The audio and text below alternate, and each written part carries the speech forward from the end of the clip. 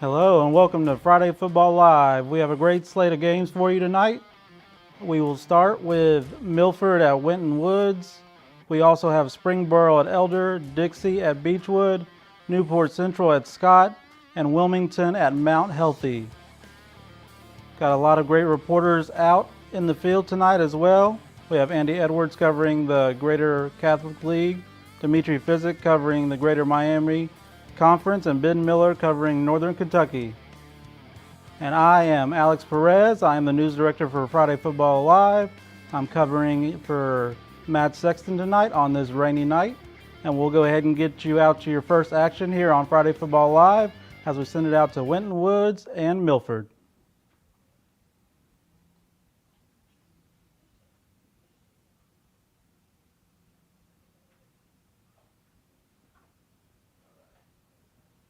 Last week, Chris, the Warriors, and I don't want to jinx this, but they actually did respectable with different outcomes with the officials. They weren't hit too hard with the yellow flags last week, and I hope that trend can continue. Yeah, absolutely. Try and maintain those penalties to a minimum is always key. Okay, so we see the Milford Eagles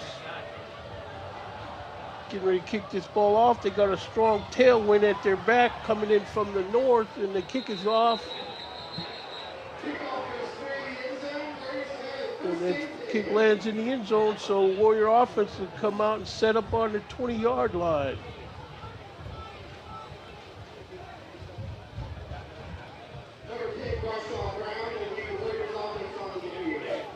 See what the Warriors want to do on offense. Probably want to get a quick start.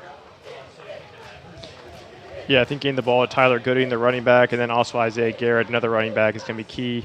Just maintaining, staying ahead of the chains, keeping the ball moving. They only have 87 yards of passing this entire season so far, so running is their bread and butter on offense. Okay, so with that, this first snap underway.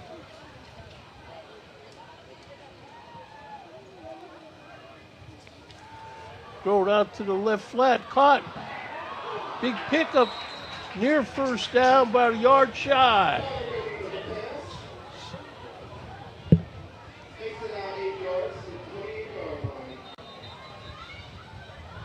Got a Eagle down, that's number 1, looks like.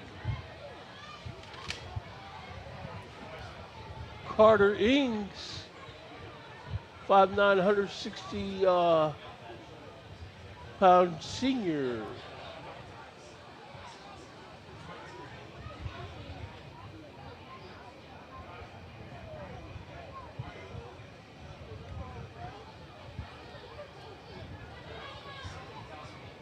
It's like some of the Warrior medical staff is out there. All right, we will get you back out to the Winton Woods game and have updates for you as soon as we can.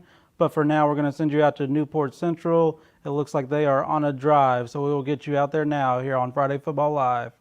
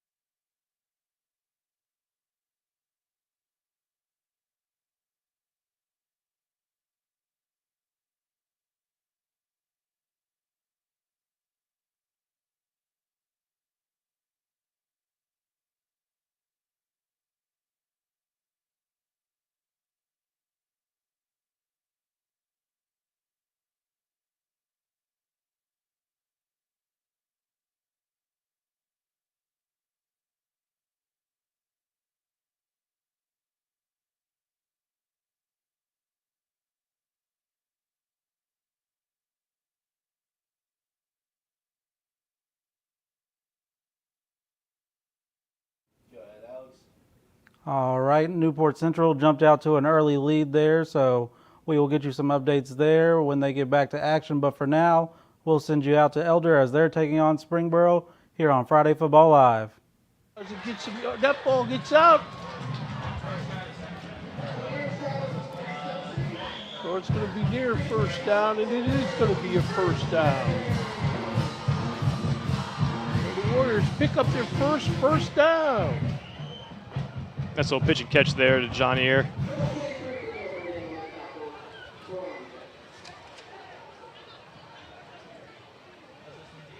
So Bryshon Brown waiting to snap. Oh, that's Deontay Stewart with the carry outside. Cuts inside. Picks up about 5 yards. Yeah, nice little read option there by Bryshon Brown. Tyler Gooding, fooling the whole defense for a little bit. This is exactly what you want. And nice little 5-yard pickup. 2nd and 5.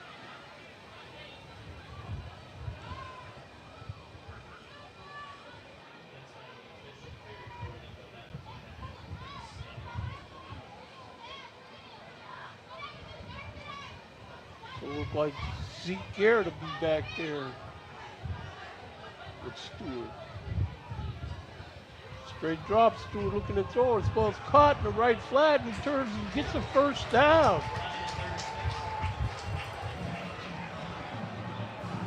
Looks like that ball is going to be placed down at the Warrior 47-yard line.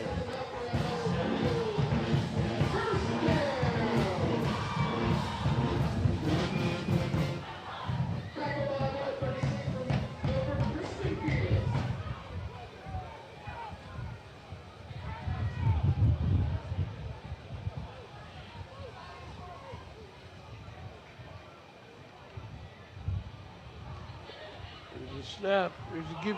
No, that ball's out. The Eagles are saying they have this fumble, and they do.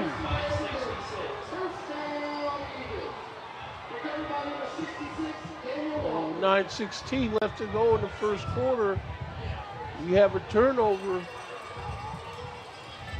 Milford is going to start out on the Warrior 46-yard line. The Warrior defense, number 5, Devon Kane, number 0, Delon Massey Wright, 95, Jalen McKinney, number 27, Jalen Mercer, number 8, Justin Hill, number 13, linebacker Eric Morris, number 9, linebacker Landon Anderson, number 15, corner, Nate Dawson. Number 11, safety, Riel Kelly. Number 1, safety, Damiel Rogers.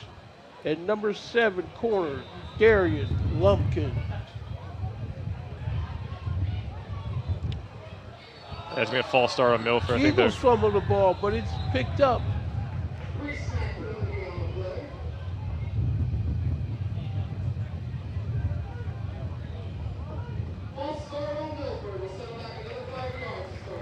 False start on the Eagles, moving the ball back into Eagle territory.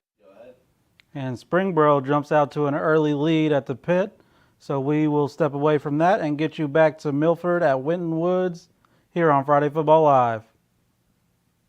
He's perfectly willing to run up the back of these linemen.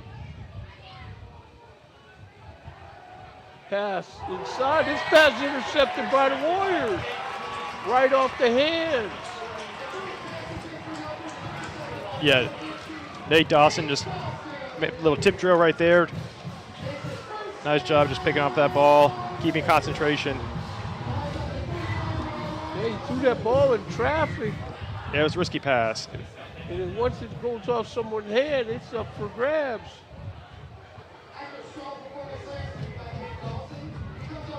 So here the Warriors are. Huddled up on the sideline. The official is there to try to say, let's get out here and address this play. The Warriors are taking over on their 49-yard line.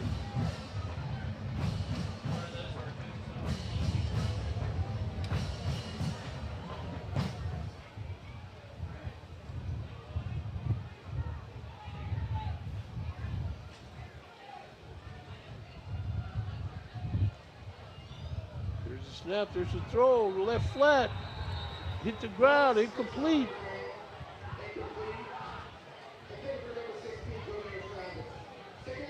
I don't know, Chris, that's the way Milford got in trouble using that short pass offense. Yeah, it's just those quick passes where you're not even almost looking to see if there's a defender. You're just throwing it right there at the target. And sometimes you're just not looking to see if there's going to be anybody jumping offside, jumping the route. And just got to be very careful on those quick passes. Traffic in the middle sometimes. Yeah. There's a give inside. About a 5-yard gain. Twist around. Make it 3rd down.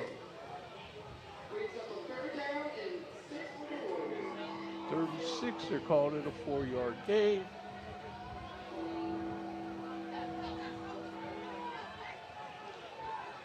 You know, with both these teams being currently undefeated, something's going to have to give tonight. Snap, straight drop, throwing this ball. Pass is bobbled. Takes it incomplete. It looks like they're going to mark it about a yard shy. 1st down. I think you go if you're Winter Woods. Nice block thrown by Zeke Garrett. 4th and 1. Offense is still on the field for the Warriors.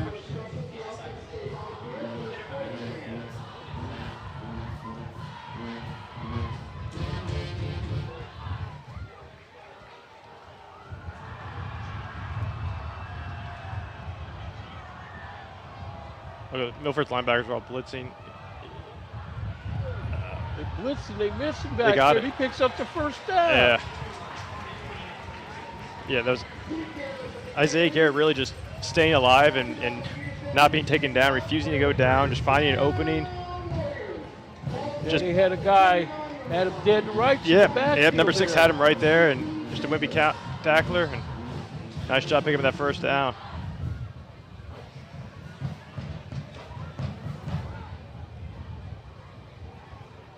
Clock moving, 7:23 left in the 1st quarter.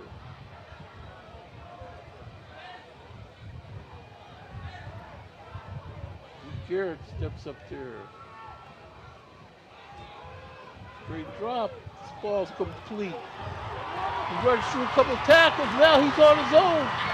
They finally catch up to him and get him down. It looks like at about the 4-yard line. 1st down, Warriors. No flag. And that whole play, that little bubble, little tunnel screen right there, that whole play just set for excellent blocking. I mean, look at all these guys just hat on a hat, letting John Ear just do his thing and use his speed to his advantage.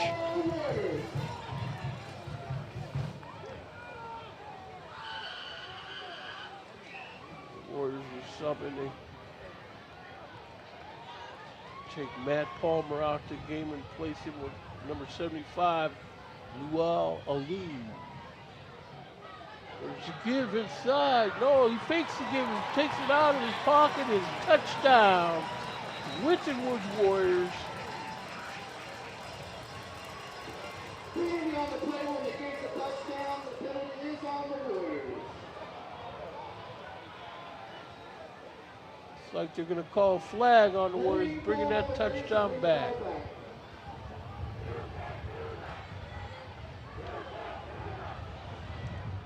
It's like they're going to spot it up on the 15-yard line. It'll be 1st and goal from the 15.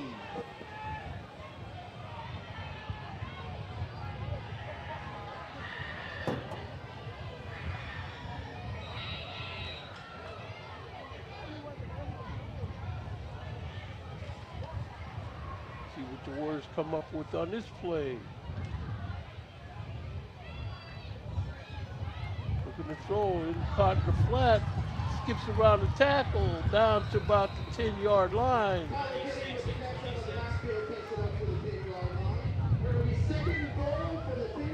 Again, nice little swing route right there to the running back. I guess you gain 5 yards, making it manageable.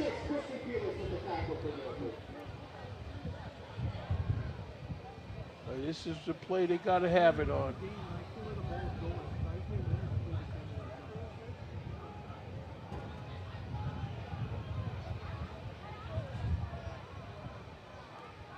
Eric Moores.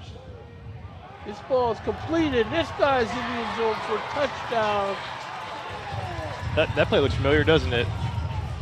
That they ran that little tunnel screen again to Johnny. Looks to be a marker down. Another flag. And I jinxed him. 2 touchdowns taken back.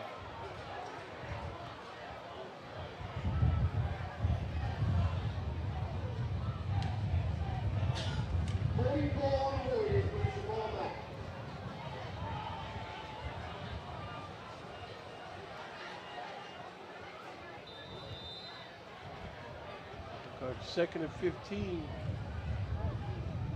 Ball spotted at the 15-yard line, or second goal from the 15.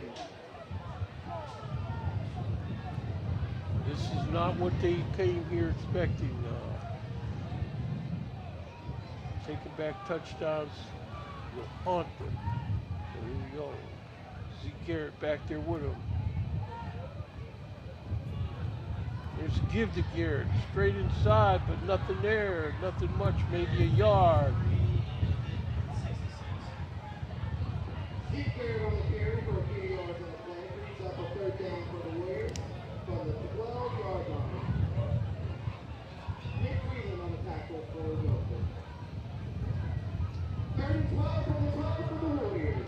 I do that little tunnel screen to Johnny again. It worked twice, just trying to hold this time is what I would tell offensive linemen. They're doing a great job of getting out there, though, getting out on that screen and making a convoy of blockers, but they just got to be careful on holding. Man in motion. Straight drop, looking to throw this ball over the middle. That's a flag, should be, that's right. Pass interference on the Eagles. I don't know, I think Wynn Woods there bailed themselves out. I mean, that ball was thrown behind the receiver, and that number 6 just kind of ran into his guy tackling him. It was fortunate for Wynn Woods that the flag was thrown.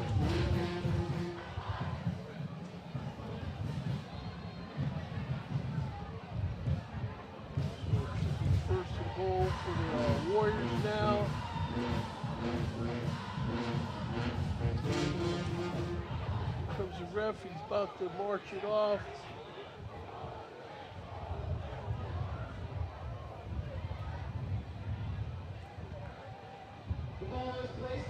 First and goal from the 6. It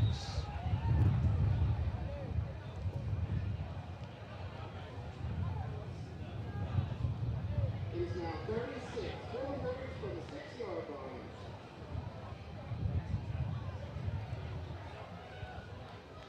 Here come the Warriors to address this 3rd and 6. Timeout, Wynn Woods. They want to make sure on this 3rd down play.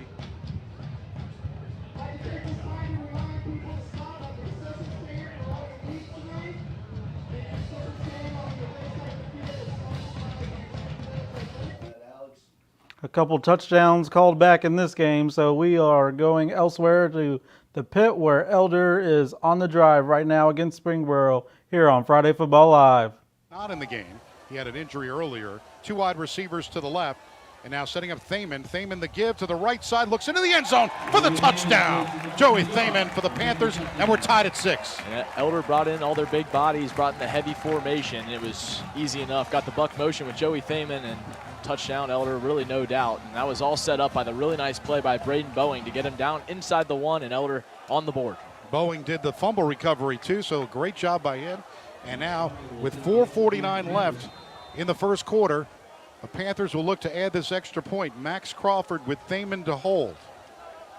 A left-footed kicker, Crawford, and now the kick is up, and it's off the post. It is no good. So the Panthers had a chance to take the lead and do not.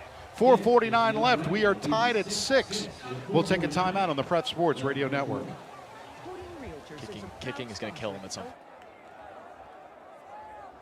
Winner of Elder High School's $20,000 super rifle will be drawn at the Elder auction on September 28th, and our final early bird drawing will take place on September 20th. To purchase chances or to attend the Elderama, point your browser to elderhs.org/Elderama or contact Mary Beth Meyer at school.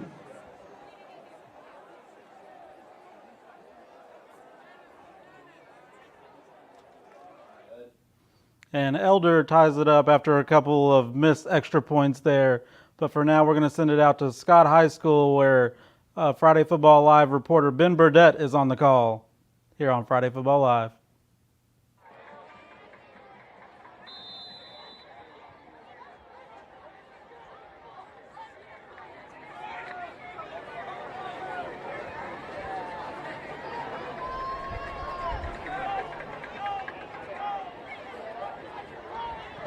Brooks in motion with pre-snap penalty. Looked like they were going to run a jet sweep to Nate Brooks, but the Eagles moved early. So starting this Eagle offense, 5-0 penalty, usually 1st and 15.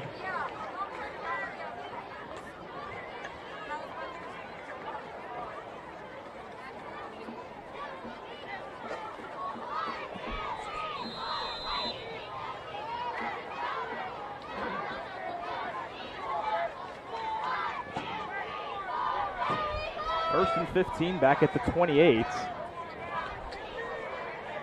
Or 23 rather. Cook alone in the backfield takes the snap. Flushed, rolls, throws across his body. A good ball caught by Brooks. Right at the first down marker. They'll give it to him.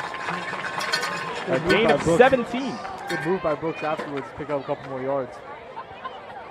Brooks is brought down at the 39-yard line to pick up a 60 yards of plays on the first down Scotty West.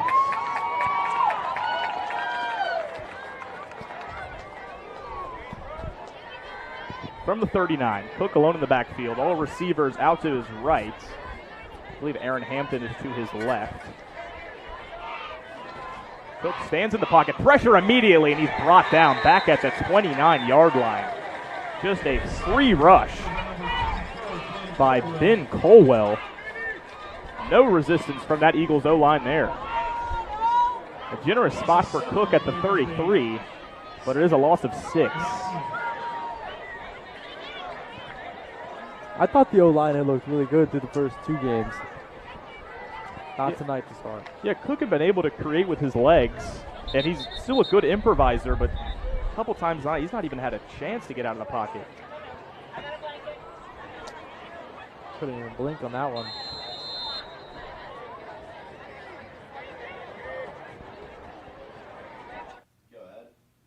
As Newport Central continues to look to extend the lead, we will go back to this game as soon as we can, but for now we're going to get you out to the pit where Elder is taking on Springboro here on Friday Football Live.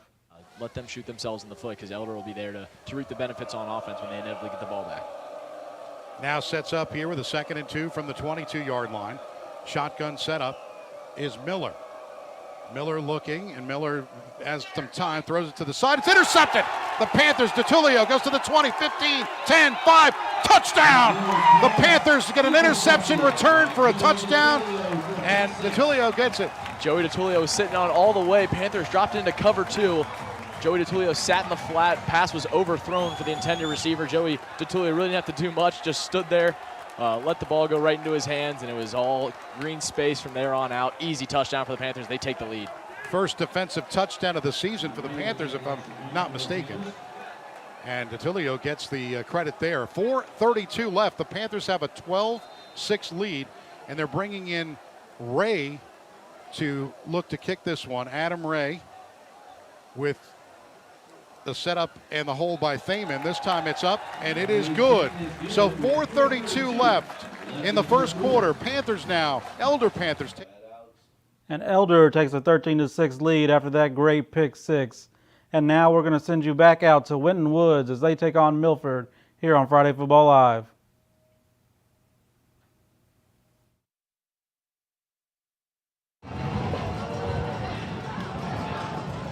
More defense moving around. They're going to give them a cheap first down.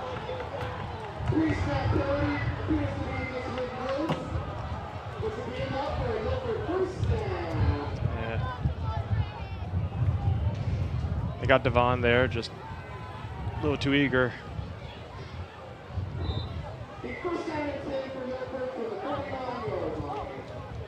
Number 95 in the game for the Warriors.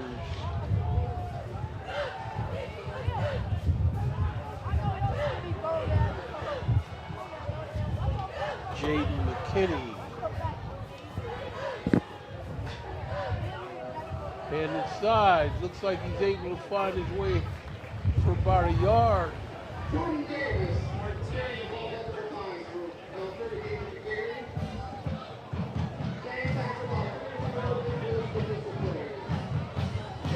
Second and 9, 2:20 left to go in the first quarter. Straight drop, and he's run out of the pocket. Flag on the play.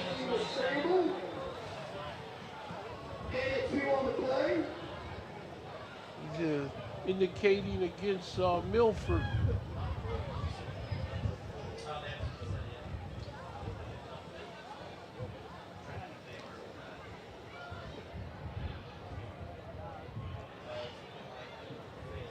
No, they're saying it's against the Warriors. Yeah, I think It's a face mask. yeah, you're gonna see it on this replay right here. This face mask, right? Yeah. Yeah, you can't really see it. Although his head did move as though he got pulled by his face mask. So seems like a. Second and 1. 1:49 left to go. So he dropped on this ball, far sideline, fly pattern, incomplete over his head.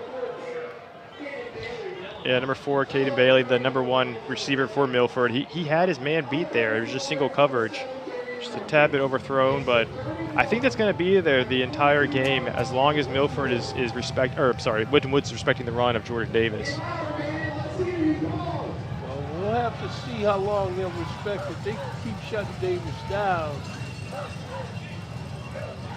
They can afford to do some spying on this quarterback. Luke Brand. The Eagles are going to have to prove they got enough different guys that can do stuff and be a threat. We found out last week that 2 guys is not enough for get the word defense, fits.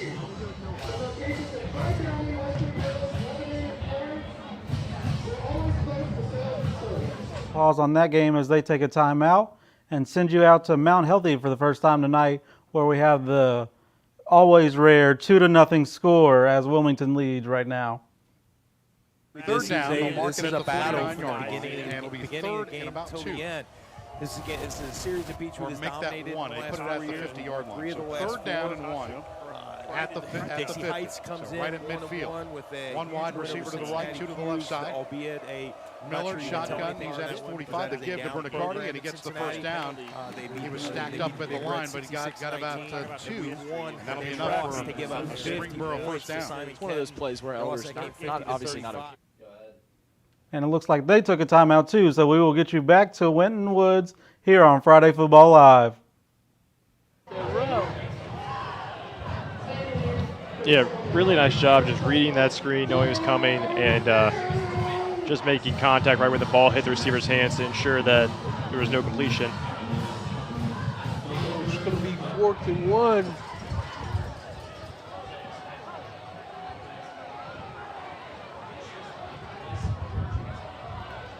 I don't know what kind of toe this Milford place kicker has. It gives us inside. Jordan with the ball. He's close to a first down. I think he might be short from where they're marking it. Officials are calling for a measurement.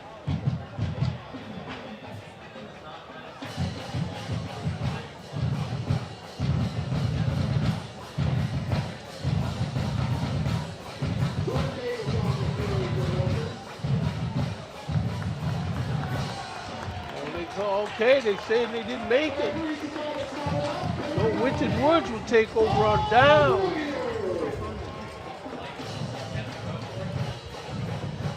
I thought right there on that twist, Jordan Davis got maybe just touched that line for first down, but no, they pushed him back. Nice job by Winton Woods. This front seven has just been all over Jordan Davis so far in his first quarter. There's been no breathing room for him. Now this is where they had it under control last week, but they were left on the field a little bit too long in the much warmer temperatures. Well, the Warrior offense takes the field. There's the give. Zeke Garrett around left in, but he can't make much.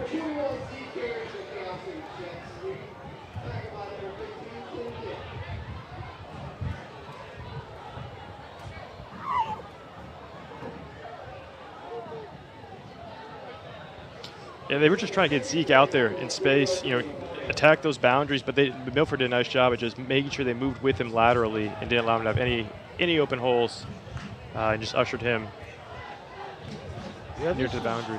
Milford is keeping up with them laterally on this, which takes away a lot of what the Warriors want to call on running plays.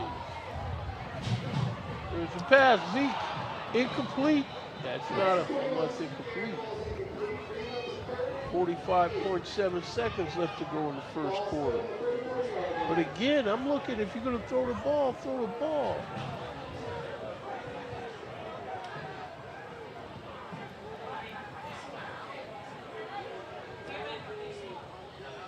Third and 8.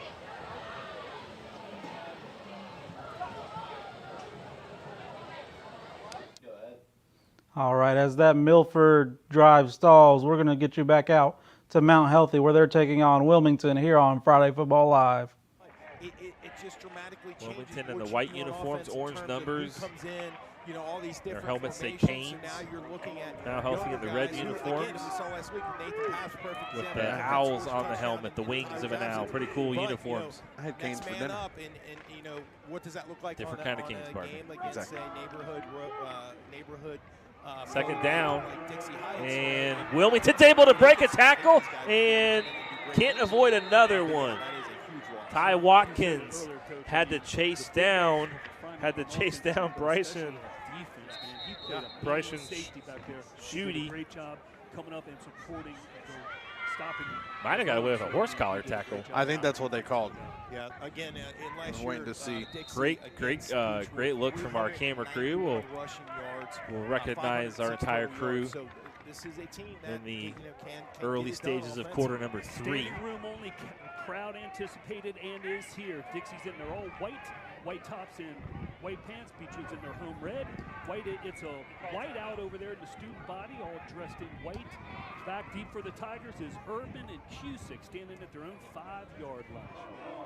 Great crowd again on beautiful Friday night. It rained here a little earlier, but I think we're out of the woods. No. See this? White. Yeah, I got the email. Coach got the email. White out. Guys, Patrick Burke in his third year head coach for Dixie Heights. He's 9-16. So the previous plays being reviewed. So we have an illegal formation called on Wilmington after the play. Sideline warning on Mount Healthy. And with this timeout at the Mount Healthy game, we're going to send you out to Beechwood, where it looks like Dixie has the ball first. And we're going to send you out there to Beechwood here on Friday Football Live. The end zone touchdown! Oh my goodness! Did he get 2 feet in 1 foot? 1 foot. The ref is saying incomplete. He's way back at the 30-yard line, but he said he saw it. In high school, only need 1 foot in. Says he didn't get any in. I thought he was in from up here. Wow, that would great body torque for Luke Erdman to even bring that ball in. Sure was. Wow. Heck of a throw, too, right on a dime there. And Luke spun around. Looked like he had it and just got 1 foot in, but refs say no. So it's going to bring up a 4th down and 6 now. Ball spotted on the Dixie 36. Beechwood's going for it. Clay gets a call from Greg Herget on the sidelines. Brings the play in. Big 4th down early here. Like to see the Tigers get this. Ayler is in the backfield after the injury to Flaherty. 3 receivers, 2 Clay's right, 1 to his left. Clay gets a snap, looks to his left. He has some pressure now. Runs into his own blocker and throws it to a wide open James Cusick in the end zone. Touchdown. Clay Hayden made that happen, extending the play. I mean, he was off balance and threw that 45 yards, you know. That was a great throw, Coach. You're right.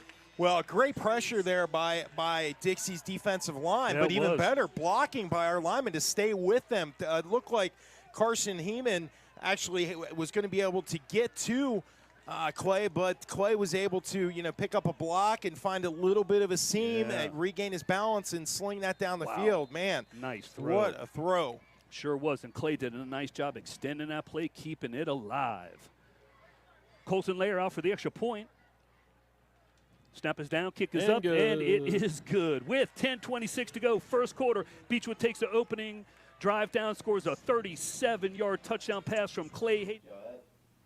All right, and after that score, we're going to send you out to Mount Healthy, who's taking on Wilmington here on Friday Football Live.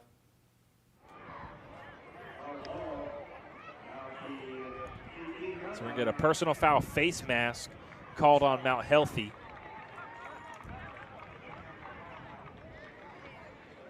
And that'll be 15 free yards for Wilmington.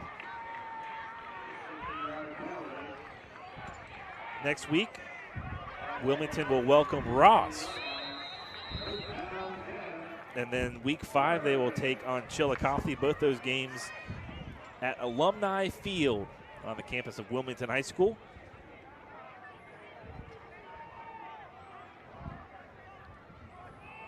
First and 10. And Wilmington getting some short yardage. That was number 4, Jesse Keith. Getting, we'll say 6. Going to bring up 2nd down and 4. Clock continues to roll. Under 8 minutes left to play in a very fast moving first half. Very fast, and we don't have a running clock. 2nd and 6, so we got 4.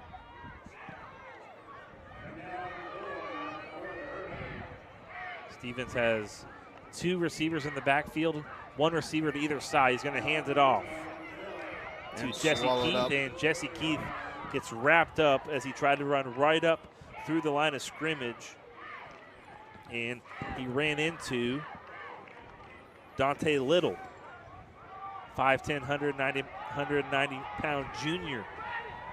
And he'll bring up 3rd down. Huge stop right here as they try to push the pile forward. Nothing doing.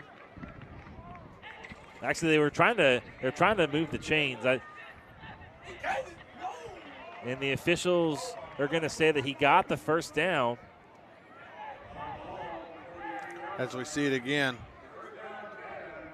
I don't know if he got there, to be honest, Logan. No, I don't think so.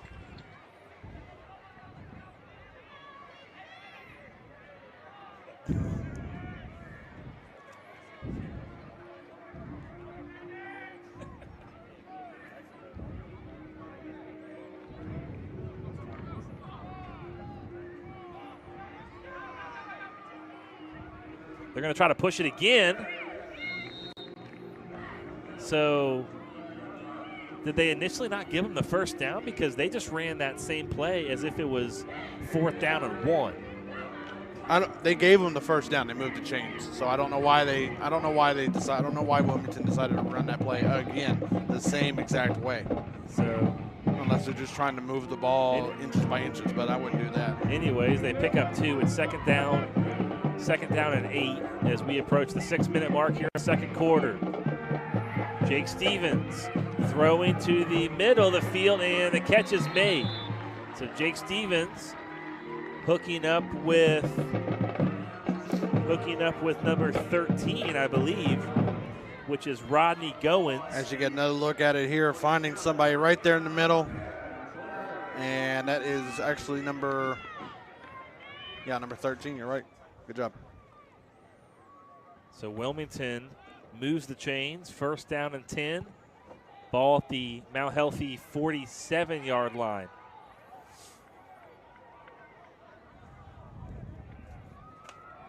Back to the ground game they go. Joshua Puller. And Puller runs right into the Mount Healthy defense. Puller has one touchdown on the season for Wilmington. Bryce Schutte has one. Jesse Keith also has one touchdown. But last year, Mike Brown Jr. was named the Defensive Player of the Year for Wilmington. So credit the Hurricanes defensively as we are past the halfway point, second quarter. And the pass is connected, hooking up with Zane Smith.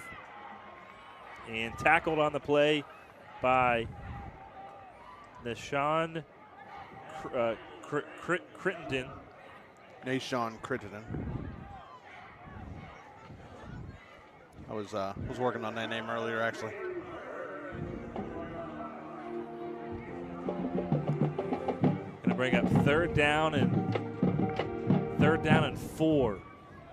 Stevens was able to find an open man there. See if Wilmington can get a stop, get this Hurricanes offense off the field. Mount Healthy's defense has been out there way too long.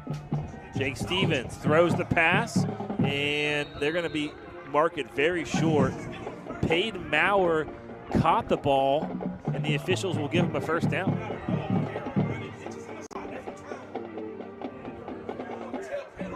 Take a look. Line to gain was the 40-38. I don't know. The marker was kind of in the middle. From the view of the replay, it looked like the marker was in the middle. Joshua Puller going nowhere. Wrapped up. Backwards, actually. By Rashid Cotton, a senior on this Mount Healthy team. As we take a look at that previous play there. Just got swallowed up, not able to go anywhere. Tried to break the tackle. I think if you're Mount Healthy at this point, I think still got 3 minutes until halftime, but I think you're pleased going into the locker room, only trailing by 2. I don't know if we've ever done a game where it was this low scoring. Over the middle and connecting with his wide receiver, Jake Stevens, hooking up with Michael Streetley. And they get to celebrate another Wilmington Hurricanes first down as this drive continues for Wilmington. You know, Mount Healthy's defense, I didn't expect Wilmington's offense to come out and play like they are right now. Figured Mount Healthy would be up, 21-0 right now. So the clock continues to wind. Stevens has put on a clinic. Owls just looking for that stop. I mean, they've got there, time after time, getting it to third down and just trying to lock down defensively and get that extra play. Puller right up the middle.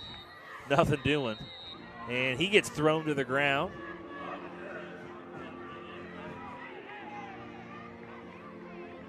Bryson Schudel.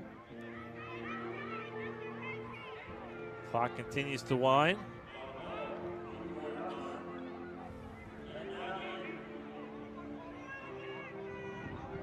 Hurricanes got the football to begin play, so Mount Healthy gets the football to start the second half.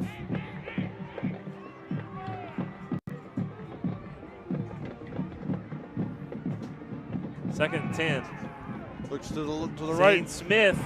Zane Smith beats a defender into the end zone. Touchdown, Wilmington.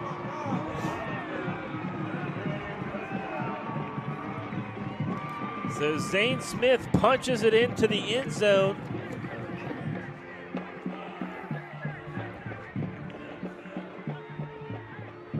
As you look here, able to find his man to the right and just able to, Zane Smith was able to avoid all the tackles and get into the end zone for the Hurricanes.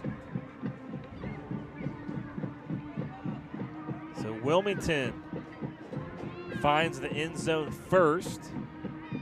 And I believe they're going to bring their offense out on the field, try to go for 2, make this a 10-0 game. So they bring the offense out on the field for the 2-point conversion.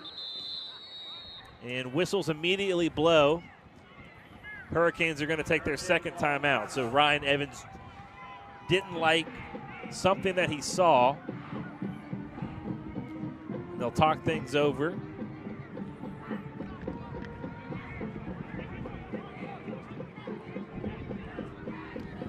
So both teams will get to take a breather as you take a look at the. And Wilmington up 8-0 after that big play for the touchdown. We're going to send you out to Elder, where Springboro is on the drive right now, just past midfield here on Friday Football Live. Left, one to the right. The running back going to be this time set up, nothing doing. Great job by Selly. Stopped him at the 45-yard line. This time they switched it up with Drew Baylog on the carry.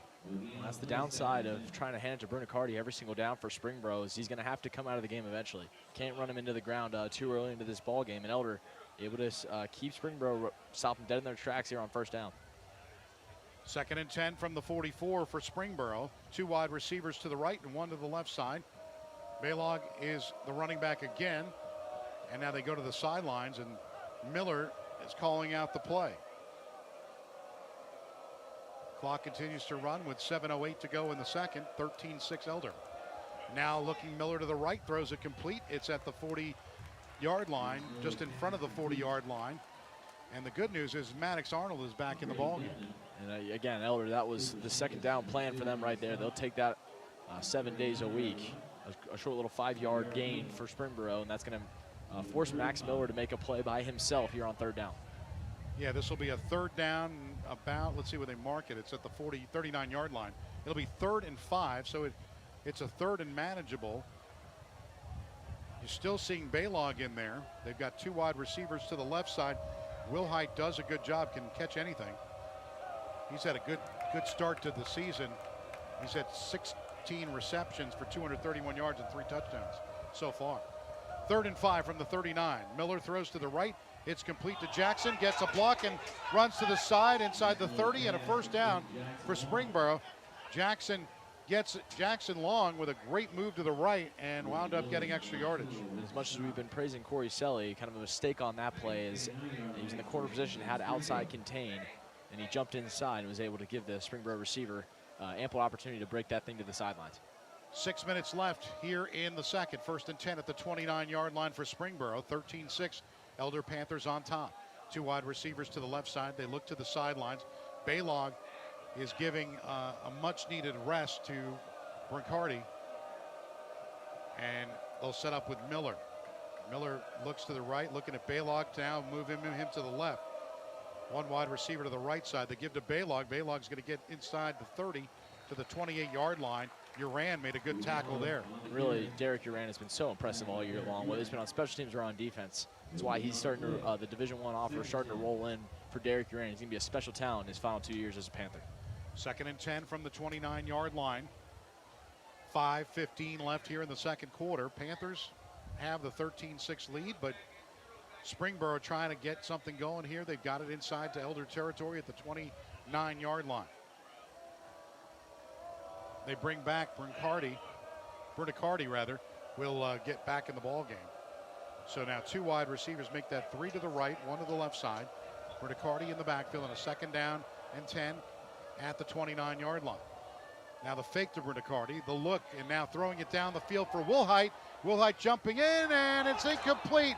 And again, it was DiTilio in the back to the end zone who had his hands on it. Joe DiTilio almost high pointed his 3rd interception of the ball game, but a really nice play, playing the kind of the center field safety position, was able to range over and knock that ball away. And a 3rd and long for Springboro is going to be an interesting decision here if they try to go for it on 4th down. Yeah, Miller's had a rough, he's had only, I think, 2 completions out of 11.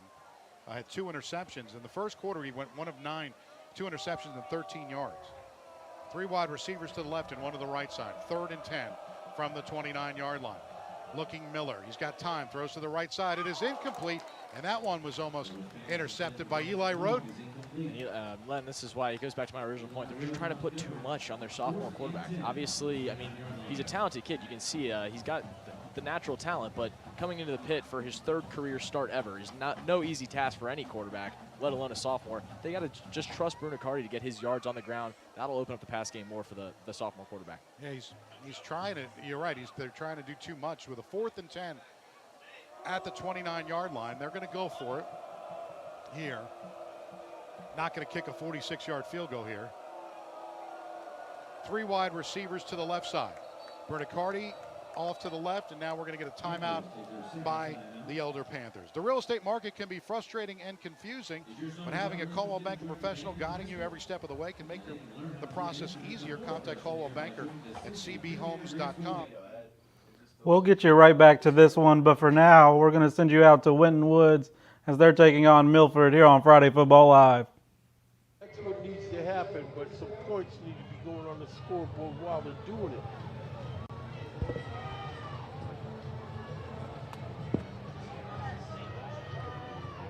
High snap. He pulls it in.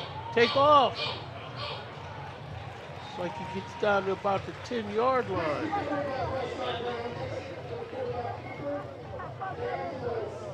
Again, Rayshawn Brown just blocked that thing, caught it, and just took off. Nice job. Just.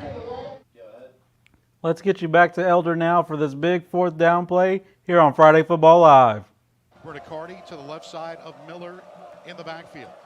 Shotgun setup. Miller rolls to his left, looking to throw, gets a block, and now looking still with it, throws it away to the sideline, and the Panthers will have it, but not much doing. Everybody was covered, couldn't find it. You know what? It's better to eat it, and that's what he did. Well, you kind of see the youth and inexperience out of Max Miller right there. That's one that 4th and long.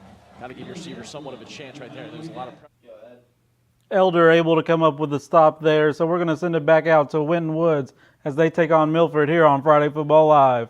The 8-yard line.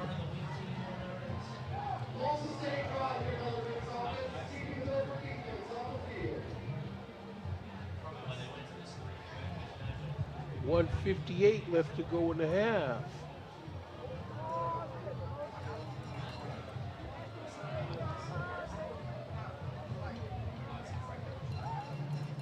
Man in motion. Here's a high snap. He pulls it down. Hands off. He runs around one guy, but sadly, he's not going to get around the end.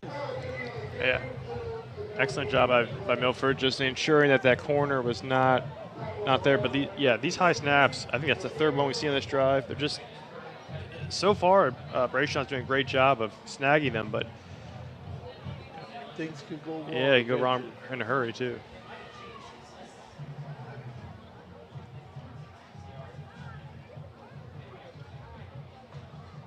The Warriors, this clock is rolling down to 107 left in the half.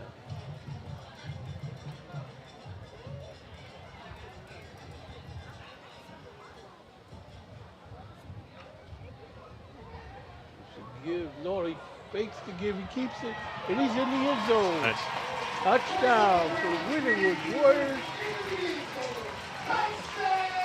Again, nice read option by Rayshawn Brown. And again, this whole drive has been predicated upon that inside running. And you just keep feeding it, and then quarterback keeps it. Everybody's falling for the inside run. That's right.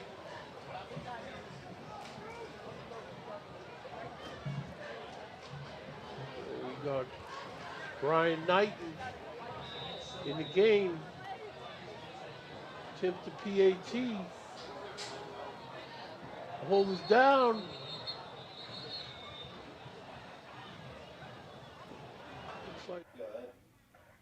After that block kick, Winton Woods with the 13-0 lead. We're going to send it back out to Mount Healthy, where they are driving right now against Wilmington here on Friday Football Live. That's big in football, especially the NFL. 1st and 10 from the 39-yard line. From the 41, excuse me. Spain fires over the middle. Catch is made. Nice catch by Jeremiah Sanders. And Jordan Stevens is going to burn his second timeout. It's a good timeout for Mount Healthy as they are deep into Wilmington territory. So both teams have one timeout remaining.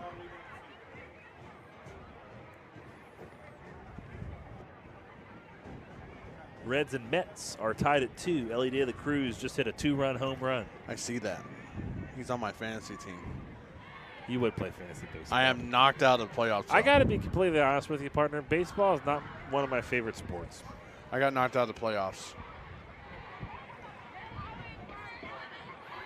But I'm also playing fantasy football. Baseball's one of those sports, I think, to be honest, I think you got to be there. But I also don't have Bally Sports Ohio, so I can't watch the Reds games. So I just listen to Tommy and the Cowboy. I like listening to them. Yeah, and being as I work for the Reds, I can't bet on baseball, so I love listening to Marty. I save all my money for football season. I love listening to Marty Brenneman.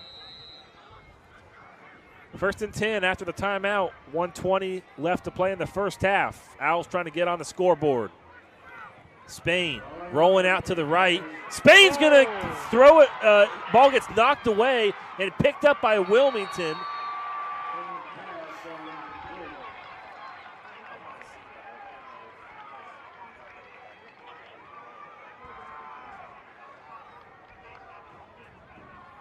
We're Let's going to get see another if look his here. arm.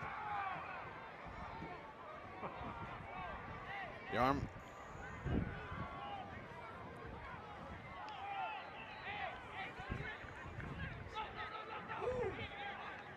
We're going to get another look at it. See if his arm is not moving forward. So the ruling on the field's a fumble and a recovery by the Hurricanes. With 1:10 to go, Hurricanes can really put Mount Healthy in a bad spot here headed into halftime if they can get down the field. Keep in mind, last year when these two teams met, Mount Healthy won 22-7. Hurricanes going backwards. You got to credit Mount Healthy's defense. They've really done a good job in this first half. I mean, this could easily be just a 7-0 game, to be honest. Logan. Exactly. Yeah. I mean, without the safety, it's 7-0.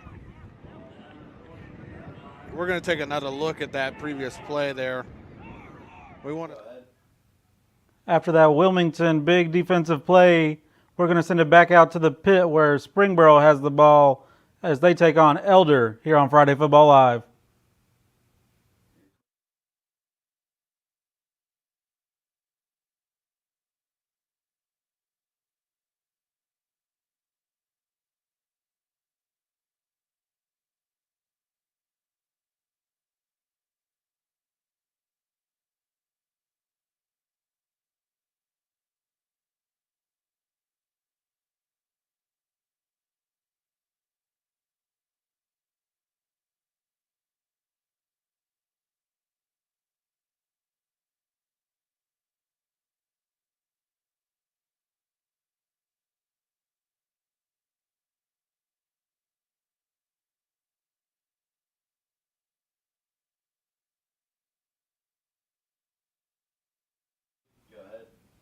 Scary looking play there. We'll get you updates on that injury as soon as we have them. We're going to send you back out to Mount Healthy as they take on Wilmington here on Friday Football Live. They're obviously accepting the yardage. So it'll be 1st and 10 from the 45-yard line. 19 seconds left to play in our first half with Wilmington on top by 10.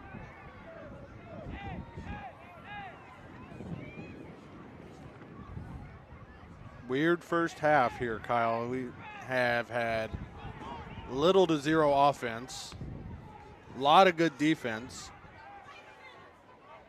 and a fumble that could have went both ways. And spinning out of bounds is number 3 for the Hurricanes. That's Stephen Rickman. Clock stops with 10.7 left to play.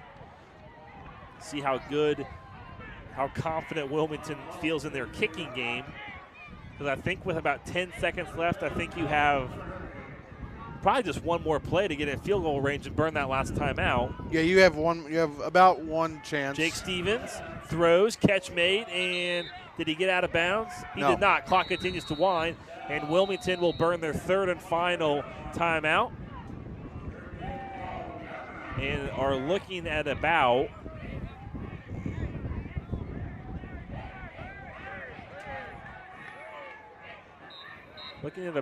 at least a 35-yard field goal.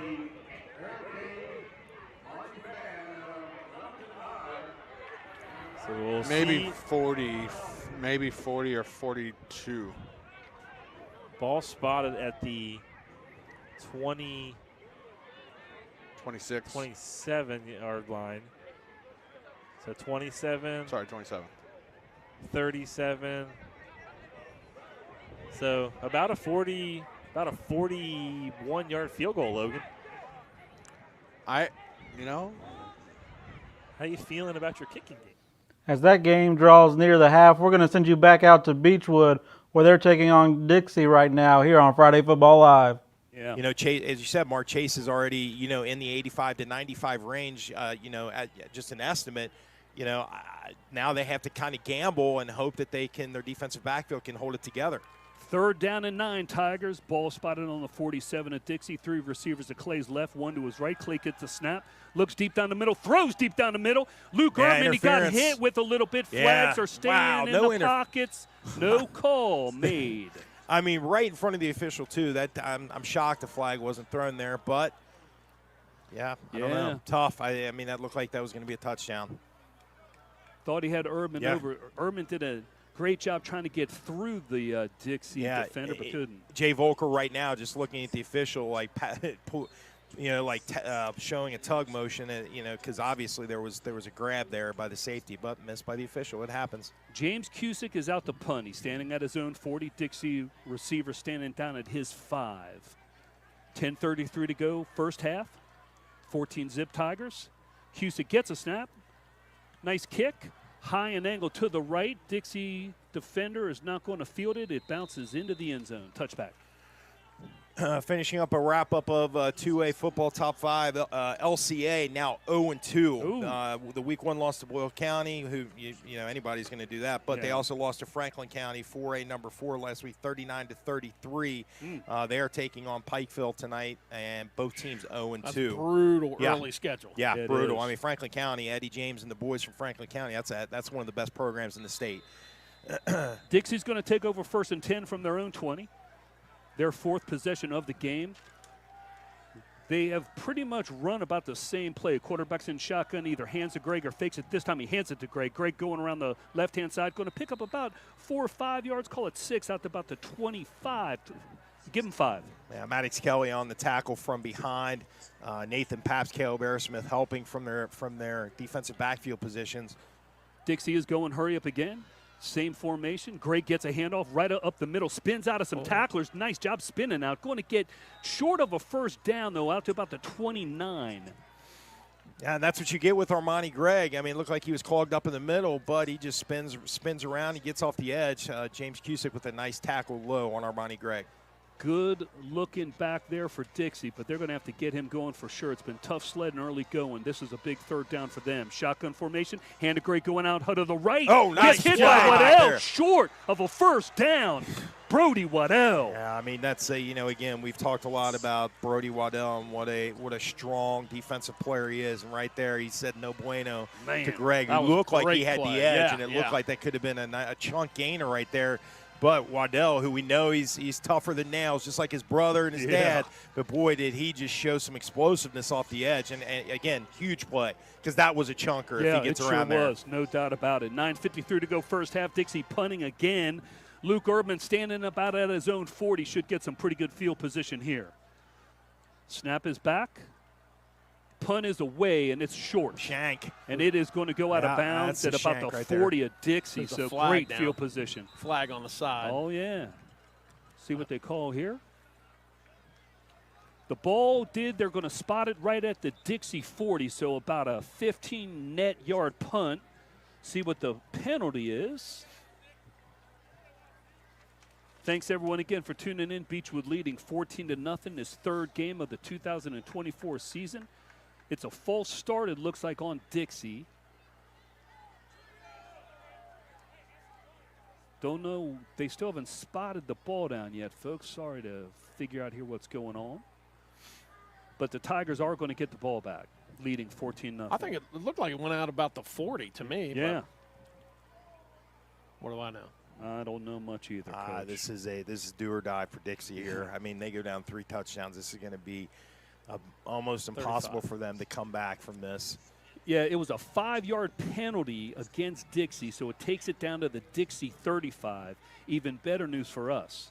So we're going to get the ball in Dixie field position, leading 14-0. Plenty of time, 9:43 to go, first half. Clay Hayden again in the shotgun, 2 receivers to his right. Cusick and Urban. Fletch to his left, joined in the backfield by Chase Flaherty. Clay looks over and gets a call. Gets a snap, hands a Flaherty going to his left, and he's got some room. And that play has worked the whole game. A good 6 or 7 yards every time on that play. Quick update from Northern Kentucky action tonight. Covenant Catholic walloping Simon Kenton right now, 28-3. Simon Kenton's Brady Lee has thrown 3 interceptions, and Cov Cath just running all over the Pioneers. Call it 2nd down and 4. Ball is going to be spotted on the Dixie 29 after the nice 6-yard run by Chase Flaherty. He's having himself a game already. After he got hurt on the first possession, had us scared up here in the booth, let me tell you. Hayden in the shotgun, 3 receivers to his right. Hands it again to Flaherty up the middle. Nice hard run and going to be real close to a first down, maybe a little short. You think you guys are worried? Yeah, I saw Jeez. Coach. He went. He not only was his shirt white, but his hue went white as well. Looked like Casper up here for a second. I was thinking about jumping out this window, to be honest with you. His starting ace pitcher. Heck of a player. 9:10 to go first half. Beechwood's going to have a 3rd down and 1. Ball spotted on the Dixie 26. James Cusick checking out. It looks like the big boys are lining up front here for Beechwood. Big O line in. Good luck with this, Dixie. Yes, I formation as well. Ayler and Flaherty in the backfield. Clay under center. Clay gets a snap, hands it to Flaherty, going to his left, and first down and more. That play has worked every time. You know, when you can line up like that and just say, here it is, Yeah. stop it, and you're still getting 3 or 4 yards, you're going to be pretty successful.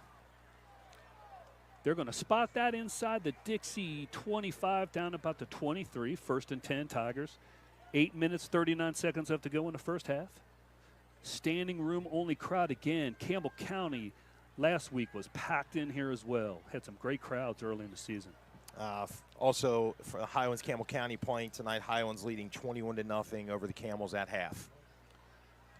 Tigers come out 1st and 10. 3 receivers out to Clay Hayden's right. Shotgun formation. Flaherty joins him in the backfield. Clay gets a snap. Passing, looks to his right. Throws over the middle. Wide open. Touchdown. Luke Erdman for 6. Wow.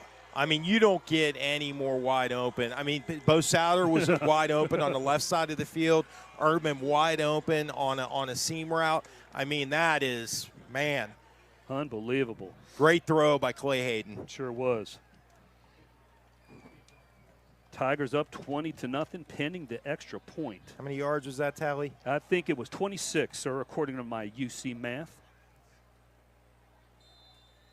I have to get my songs here. I fell. The iPod dropped. Holy cow, man. We're struggling Fort tonight. Mitchell, panic ensues all over Snap Fort is Mitchell. down. It's not a great snap picked up by the Paps. The holder can't get in. It was unfortunate. The snap skipped to him, and Paps did an outstanding job of trying to get it. But extra point is no good. 8:09 to go first. The fake didn't work, but Beechwood extends their lead. And right now we're going to get you over to the Brennan Bucher halftime report here on Friday Football Live. For the Friday Football Live halftime update, I'm Brennan Bucher. It's still early in the season, but some big teams have already squared off against each other. And even though it's only week 3, some teams are starting to separate from the pack, while other teams like Covenant Catholic and East Central have stumbled getting out of the gate. However, it is still very early on in the season, and their competition has been more than formidable. Most of the traditional media polls that rank teams in Indiana, Kentucky, and Ohio won't appear until midseason. But some local media polls have already begun touting area teams. The TriStateFootball.com and Blitz 5 poll ranks the best overall teams in the greater Cincinnati area. They have the Mighty Men of Moeller as the region's best team, followed by Lakota West, St. X, Princeton, and Anderson. Of course, Moeller is at home tonight taking on Indiana's defending state champs, East Central, who lost last week in a border rivalry game against Harrison. Harrison comes in at number 16 in the Blitz 5 poll, just one ahead of East Central at 17. St. X, ranked third, picked up a big win last week as quarterback Chase Herbstreet led his team to a victory up in Dayton over Centerville. His dad, Kirk Herbstreet's alma mater. Lakota West and Princeton represent the Greater Miami Conference, coming in at number 2 and 4. Those two teams meeting tonight in a showdown at Princeton. While Winton Woods at number 6 and 14, Milford are locked into a similar marquee conference game in the Eastern Cincinnati Conference. And number 7, Cooper is at number 13, Ryle, playing for the Union Kentucky bragging rights. Over in Ohio, the USA Today Network publishes a poll it calls the Ohio Super 25 poll. The poll ranks the overall teams in Ohio regardless of size or division. Holding down the top 2 spots in the poll are Northeast powerhouses Edward and Massillon.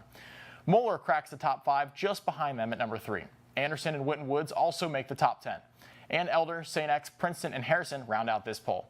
This has been a look at the top teams in the Tri-State and your Friday Football Live halftime update. Now back to the Friday Football Live Command Center at Northern Kentucky University. All of our other games are at the half right now, so we'll stay here at Beechwood as they continue to try to build this lead against Dixie here on Friday Football Live. Against Beechwood defense, it's hitting on all cylinders tonight, and on the road. This is a tough stage for Mason Fields. 2nd down and 10. Fields in the shotgun again.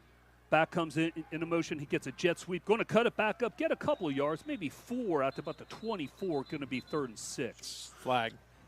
Yeah, see what this penalty is. Holding on Dixie, maybe. That was Hudson Morris on the jet sweep run there. But again, I have to say again, this offense by Dixie, it's predictable. I think Fields has thrown the ball 5 times now. He's thrown the ball, down the seams every single time. They're going to have to throw intermediate to mid-range passes, and we haven't seen that yet. False start called on Dixie. It's going to be a 2nd down and 15 now. Ball spotted all the way back to the Dixie 15. And also David Anderson, who had 226 yards and 3 touchdowns against Beechwood last year. He's only got 2 carries so far. Yeah, good point. Fields in a shotgun again, joined by Greg. He gets it quickly out to Greg to his left. And Greg's got some room. He's at the 20-25, cuts back in. Nice tackle. Going to be short of the 1st down, still out to about the 25. He got about 10 on that. Yeah, James Cusick moving to safety from his cornerback spot this week, and Nathan Papp starting at corner. Cusick is absolutely all over the field from his safety spot, making tackles.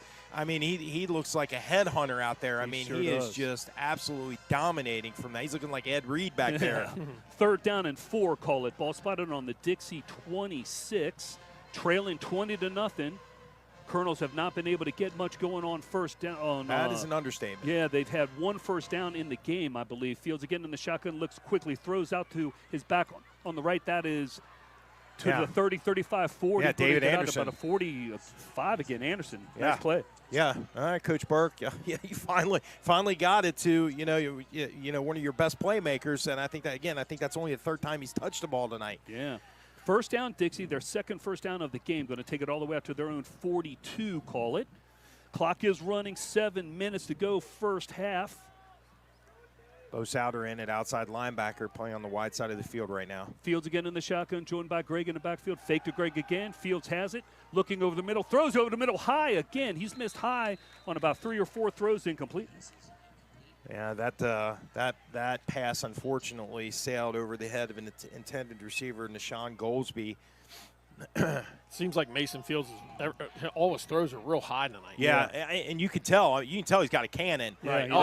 But he's also he's panicking. He's throwing early, and that's part because of our defensive line. Fields gets a snap, throws it over the middle. This one might be picked. Unfortunately, it hit off of the Dixie receiver at about the 47, popped up in the air, incomplete. It's going to bring up a 3rd and 10. Hey, unfortunate there for Fields. That ball should have been completed. But again, he just threw an absolute missile to his receiver, and I think the receiver didn't expect it to hit him as soon as he turned around, bounced off his shoulder pads about 60 feet in the air.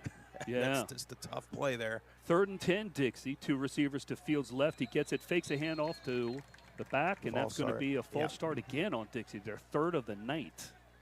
Cost them 5 more yards. 3rd and 15. Yeah, just such a tough hole to play in, down 20-0 so early in the game, because they have to be able to throw the ball. You know, Coach Burke knows that. Mason Fields knows that. This entire offense knows it. And you know, right now they're just not doing anything through the air.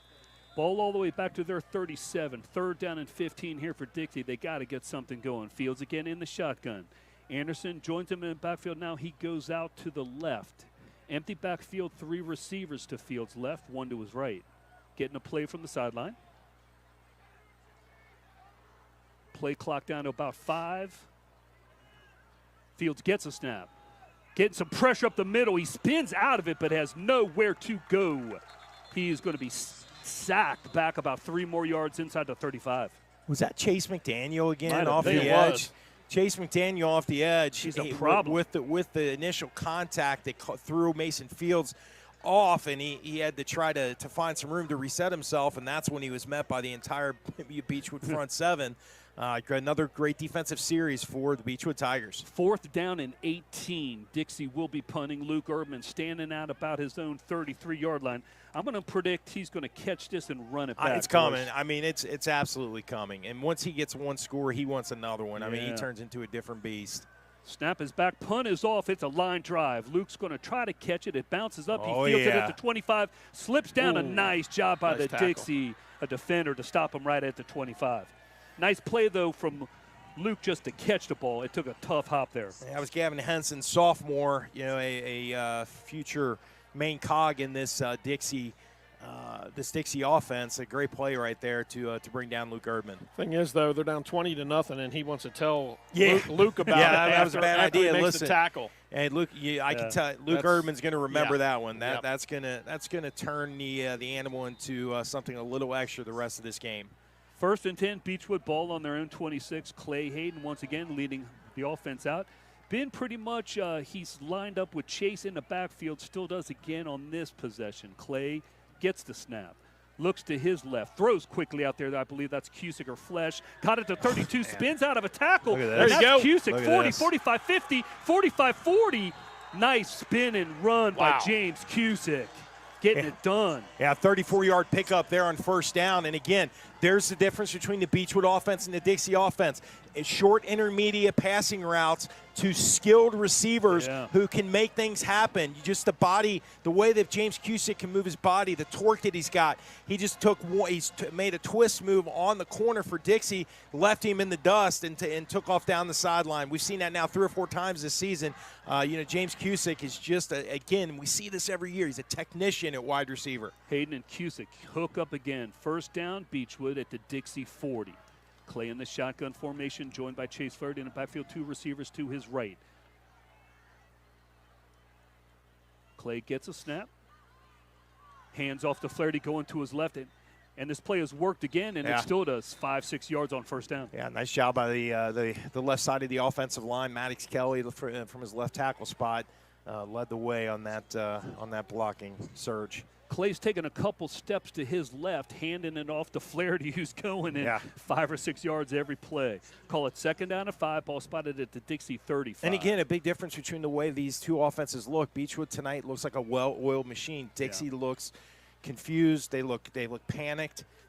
You know, and that unfortunately is what happened when you come into Beechwood and play a team like this on playing their best football. Turns out to be a beautiful evening. It rained early here about 6 o'clock, but definitely it's much off. cooler than it was earlier today. Sure has. Hayden again in the shotgun. Ayler and Flaherty join him in the backfield. He gets a snap, hands to Flaherty coming through, and a nice big hole down to 20, 15, 10. Oh, no, running down from behind. Tackle down at about the 4-yard line. Great run, great job by the O-line up front blocking. Big hole for Chase Flaherty. And again, Brody Waddell, Maddox Kelly, chance ball on the left side. Just great blocking, great effort at the second level. You know, a huge hole was opened up, and Chase again, Coach. I mean, the speed we're seeing from him. Absolutely, another gear. like shot out of a cannon once he sees a wide open hole. He's making great cuts. Yeah, I mean, he's just first 3 games. Yeah. I mean, again, we've seen it, but we haven't seen it at this level the last couple of years. First and goal, Beechwood. Ball on the Dixie 5. Clay's going to be under center. Nobody wide, I formation. My bet is why not? Chase is going to get this. Under center. Chase Flaherty to the left, 4-3-2. Kicks out of a tackle down about to the 1. 2. They'll spot at the 2, it looks like. There's no doubt he's over 100 yards now. Chase is having himself a ball game in his first half. Yeah, and so is the left side of the offensive Yes. line. Again, Maddox Kelly and Brody Waddell, just kind of reminiscent of Luke Slusher back in the day when you would see these just massive wide open holes on the left side. Maddox Kelly just having himself a heck of a game. Brody Waddell as well. They spotted it at the Dixie 2. It's going to be second down and goal. Beechwood has plenty of time. 4:21 clock stop. First half leading 20-zip. I formation again. Ayler is the fullback. Chase dots the I. Hayden under center. Clay gets the snap. Hands of Flaherty going around the right side this time. He's mad at the line of scrimmage. Maybe we'll get one. The refs are saying he didn't get in. They're spotting it right short of the goal line. It'll be third and goal.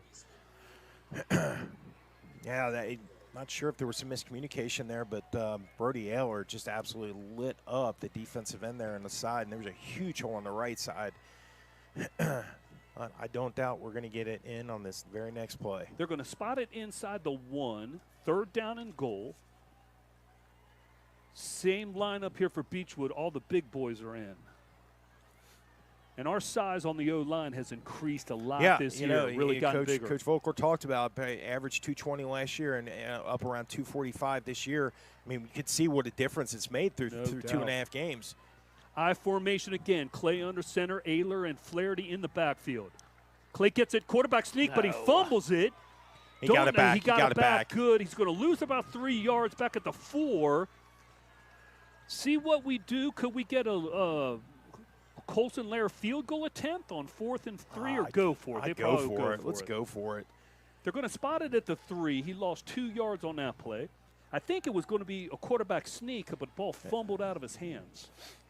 Unfortunate. And again, this Dixie defense knows that this one is slipping out of their hands quickly. Might get a timeout here from the Beechwood staff because the play clock is down to 6 seconds. They're going to talk it over here. We have 2 of our timeouts left, and that's exactly what we get. Take a real quick break. Let's do it. 3:03 to go first half. Beechwood 20, Dixie 0. Coming back to a 4th down and 3. Thanks everyone for tuning in. Right back after this. Go Tigers.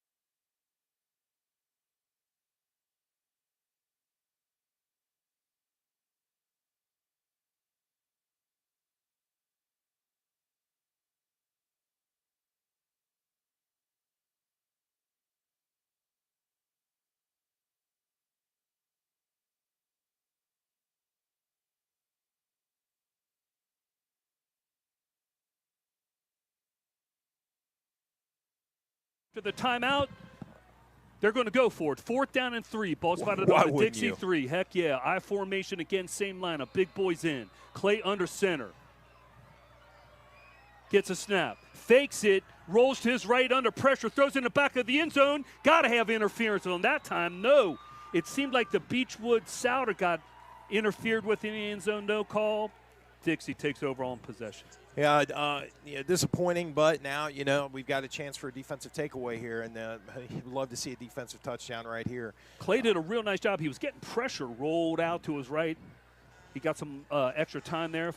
pass fell incomplete. Yeah, we had the left side of the offensive line overloaded, and Dixie just responded to that formation nicely with a little bit of help from the officials for sure. First down, Dixie on their own 3. Clock is running under 3 minutes to go in the first half. Dixie pretty much in the same formation. Shotgun handoff to Greg, and he kicks out to the right. He's out to about the 5 or 6, still spinning. One reason they probably didn't call that interference was the ball was thrown behind Aiden. You know what I mean, on the side of the defender. That's a good point. Man, Armani Greggs is just such a hard runner. Yes, he is. He picked up 2 on that. Ball's at the 5, second down and 8. Shotgun formation. Greg in the backfield, he gets it. Up the middle. Breaks a couple tackles out to about the 10, outside the 10, out to about the 15. It'll be a first down, Dixie. Now, this is just me. I'm by no means an offensive coordinator, but if I am running this offense, I would maybe try to get Armani Gregg in at quarterback with David Anderson in at tailback. Yeah. But they've gotten themselves into too deep of a hole. So, again, this predictability of this Dixie offense for years has just killed them. First and 10, Dixie, ball spotted on their own 15. Fields again in the shotgun, joined in the backfield by Greg. Field gets it, fakes it to Greg, hands it to Greg, and he's going to get spun around. Hit is in the backfield, going to pick up a couple yards at about the 17. Nice job of getting out of that first tackle. Yeah, Cole Howard from his defensive line spot, defensive end, did a great job. He grabbed the jersey of the runner and almost brought him down, but that slowed him up for the rest of the defense to bring him down. They gave him 1 yard on that. Call it second down and 9. Fields again in the shotgun, joined in the backfield by Greg. Doesn't hand it to Greg. He looks at pass. Now he's going to run over to his left. Still running on the outside. Going to get forced out of bounds by Brody Waddell. Nice hustle. Going to pick up a couple of yards there. Nice hustle by Brody Waddell. Yeah, Mason Fields a really a mobile quarterback. You wouldn't you look at him and you think, oh, he's probably not very fast, but he actually is very athletic. And again, that's something you got to design some of that early in the game before you get down 20-0. But they're calling it 3rd and 7. Give him 2 yards on the carry there. Nice play by Brody. Again, Fields in the shotgun, joined in the backfield by Greg. Fakes it to Greg, looks to his right, throws out to his right, complete. Caught by J.J. Krieger, who gets a first down out to about the 30-yard line. Nice hook route there by J.J. First down, Dixie. Yeah, Krieger a nice receiver for this team. And again, you got to give Fields a chance to complete some passes, intermediate routes like that. To go and hurry up here on first down. Fields gets a snap, looks to his right, throwing again. No pressure, throws deep down the right sideline. Had a guy open, overthrown. Look at that. I mean, he just barely. We have second half action here now. We're going to send you out to Elder here on Friday Football Live. And years before that, now they get it in the end zone. Well, whether it was David Maurer, whether it was Max Lemasters, Joey Roth, past 3 years, Elder has had just a kicking pipeline. They haven't really had the same success this year, but first one in the end zone, first touchback for Elder all year, and couldn't be happier to see it. So we'll start the third quarter of play. The Springboro Panthers will take over. And into quarterback is going to be their backup quarterback, Aiden Newdigate. And Newdigate will set up with a 1st and 10 at the 20-yard line. 2 wide receivers off to the left side, and one to the right side. Newdigate looks to the sideline and already get a flag down for a false start. You mentioned all first half, getting Springboro behind the chains, getting them off schedule, and they do it to themselves right now. And Elder, that's a big time, although it wasn't their defense getting the stop there, but that's a big time stop on first down, pushing back right away. 1st and 15 from the 15-yard line, getting ready to start this third quarter of play. After that, 2 wide receivers to the left and one to the right side. Newdigate setting up. Shotgun setup. The give, and it's going to be that man again, Berticardi, and he gets to about the 23-yard line, a gain of about 7 or 8. Well, that shows you how important the 5-yard penalty was initially. It really gives Elder a chance here on the second down, and Berticardi, a really talented back. He's having quite the game so far, and they just got to keep at it if they want to keep attacking this front 7 of Elder. 2nd and 5 from the 25-yard line.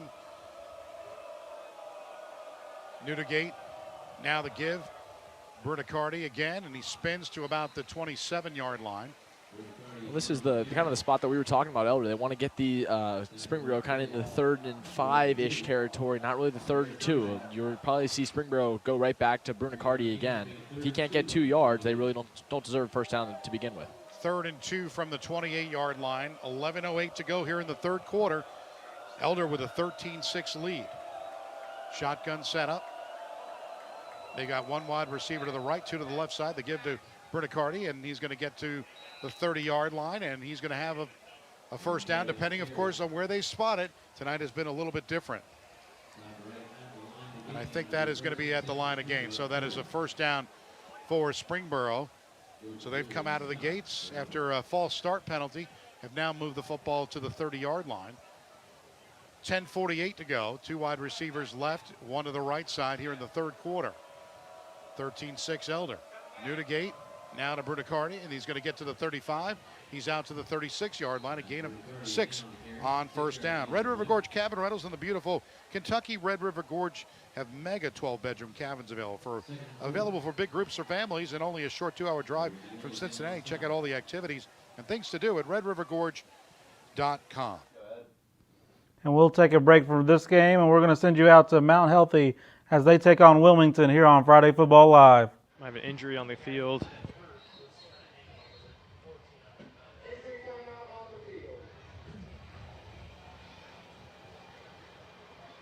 Okay, so we got an injury.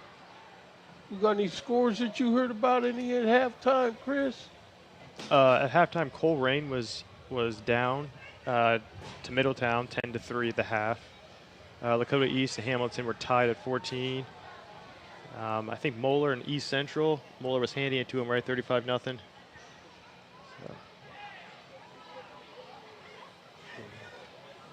Let me see who else.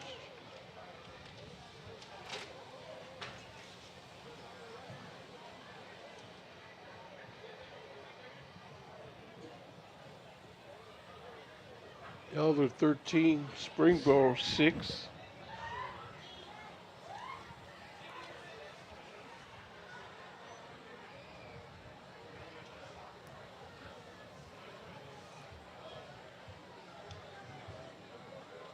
With injury, so Milford player down.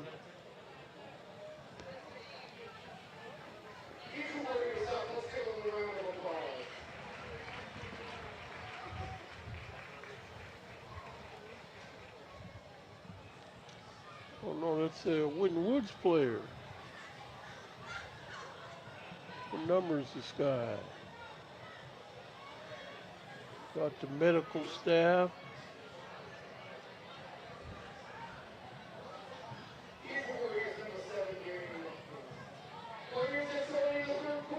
Number 7, Darian Lumpkins. Injured player for the Warriors. Becca Gasson gets him over to the tent.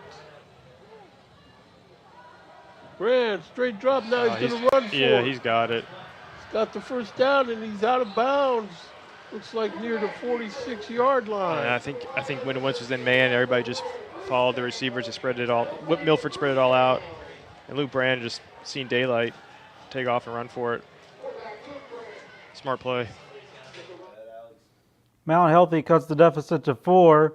We're going to get you back out to Winton Woods as they take on Milford here on Friday Football Live. But this time, got called for the foul.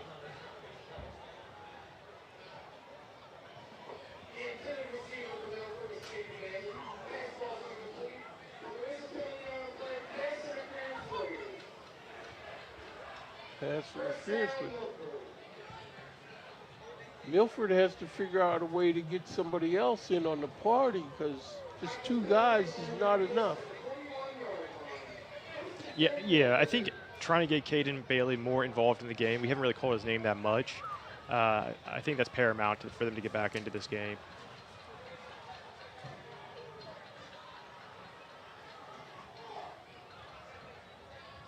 Brand, straight drop. It was this bubble screen, but the word defense was all over it. Yeah.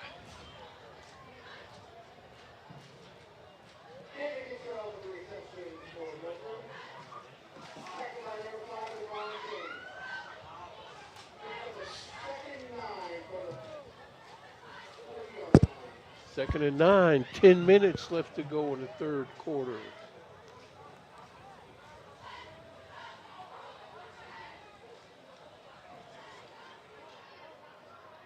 Oh, third quarter? I thought I did. Grant hands off. He runs through a couple of tacklers and big hit. It's like about the 36-yard line where they got him shoved out. Yeah, nice job attacking that left side, the perimeter there. Little zone, outside zone run right there. And Jordan Davis just laying the hammer on number 15.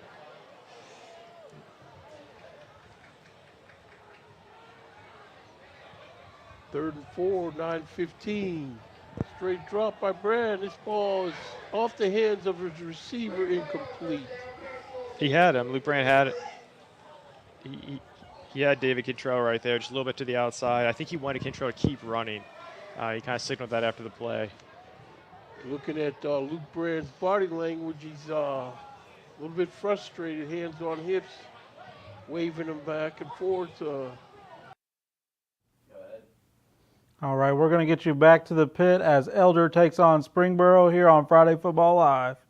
He's got blitz, and he's going to be sacked right around the 40-yard line. A massive company of Springfield in on the tackle. It was number 25, Carter Napier, got in there first. And Elder really had a chance downfield. James Willig was streaking down the middle of the field. Estep looked like he was going to take a shot right there just before he got swallowed up in the backfield by a host of Springboro Panthers. So it'll be a 3rd down and 15. The ball at the 41-yard line, Elder's own 41. They line up wide to the right with Jackson Roth, setting up now with 4 wide receivers for the Panthers. Empty backfield for Estep. Steps back at his 35 and now throws it incomplete, intended for Boeing. They were trying to get a small screen to the tight end, and that didn't work. They tried to go back to the tight end delay that worked so well in the first half, getting the Panthers down to the 1-yard line where they inevitably scored, and try to do it again with Boeing. Just too much meat on that bone for Boeing to chew off, and Elder's going to have to punt. 4th and 15, and the Panthers will have Gaduli back. He is averaging 44 yards per punt. He's had 3 punts as long as his 50 yards.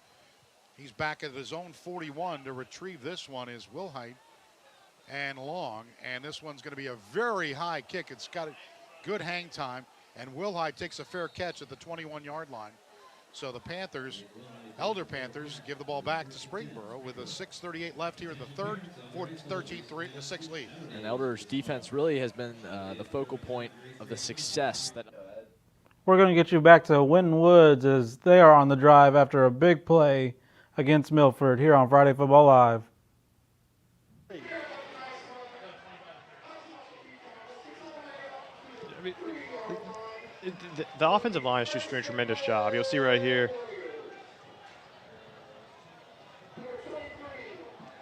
I mean, it's just a gap scheme. They got pulling the offensive lineman.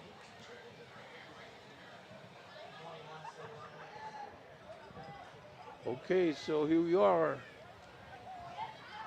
There's a give inside. He skips around, untouched into the end zone.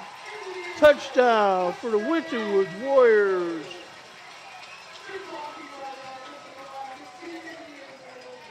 I don't think you could just draw up a better start to the second half for Winton Woods. You get that team off the field on 4th down, get Milford off the field, and then 3 plays, you make a touchdown. Yep. And this is what they need in order to start making it known that they intend to make scoreboards malfunction.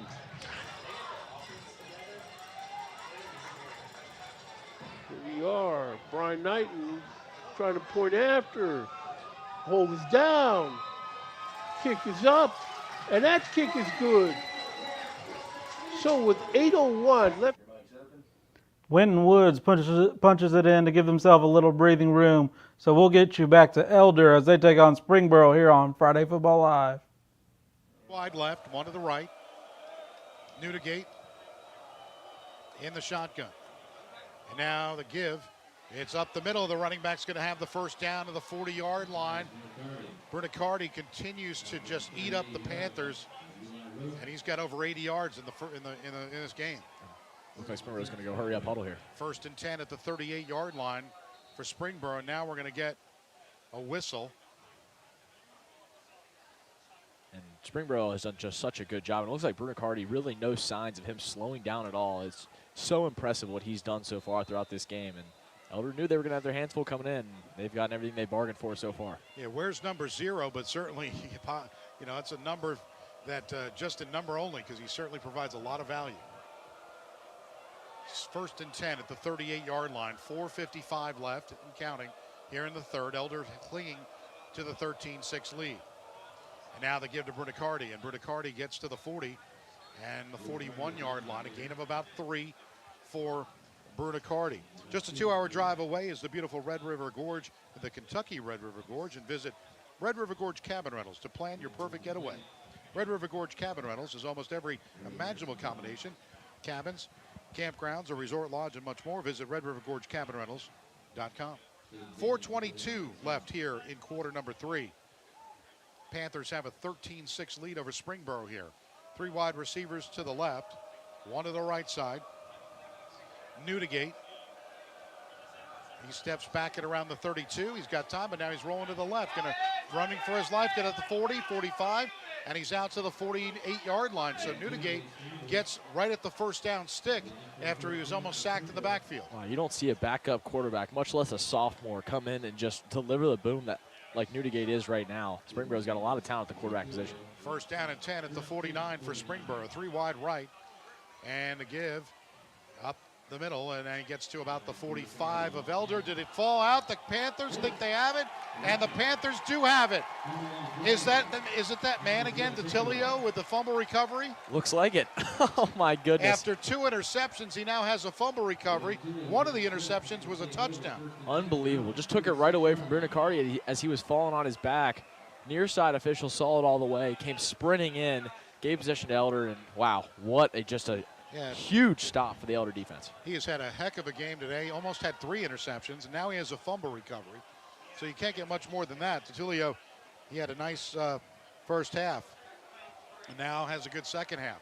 1st and 10 for the Panthers now at their own 46-yard line. 2 wide receivers to the right, still clinging to that 13-6 lead, trying to add to that. Panthers with Caden Eastep at quarterback. Now we're waiting on them to start, get the ball back in. The DeTulio family had known them for a while as well. They were another busy family, and again, Joey, same boat as Joey Thaman, where just absolute hard worker, and he's having the game of his life right now. 1st and 10 at the 46-yard line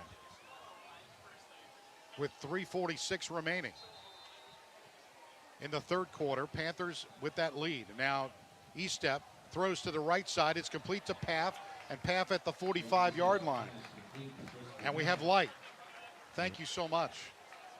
Elder right there. You know, it's one thing to keep me in the dark, but, you know. Elder right there. Nice little RPO action as Caden Eastep able to just fire a nice little out pass right to, I believe that was Christopher Paff on the out. And Elder, that's exactly what they need. Keep yourself in front of the chain. Don't let yourself lose yards on first down. 2nd down and 1. The ball spotted at the 45-yard line. Shotgun setup. 1 wide receiver to the right, 1 to the left, and now the give is Thaman. Thaman spins to the 40-yard line and now inside to the 37-yard line. A gain of 8 and a first down for the Panthers. Keep it trucking. If you're able to end the third quarter with the ball, if you're Elder, that'd be a big win. If you're able to score a touchdown here, that could almost put the Springboro Panthers away. 2 touchdowns is going to be a tall task for how well the Elder Panther defense is playing right now. 2:53 left here in the third quarter. Joey DeTulio with a fumble recovery, and he's got 2 interceptions in this ballgame, including an interception for a touchdown. And the Panthers are trying to get some more points on the Joey DeTulio day, basically. It's a 1st and 10 at the 37. Eastep throws to the right sideline. It is complete.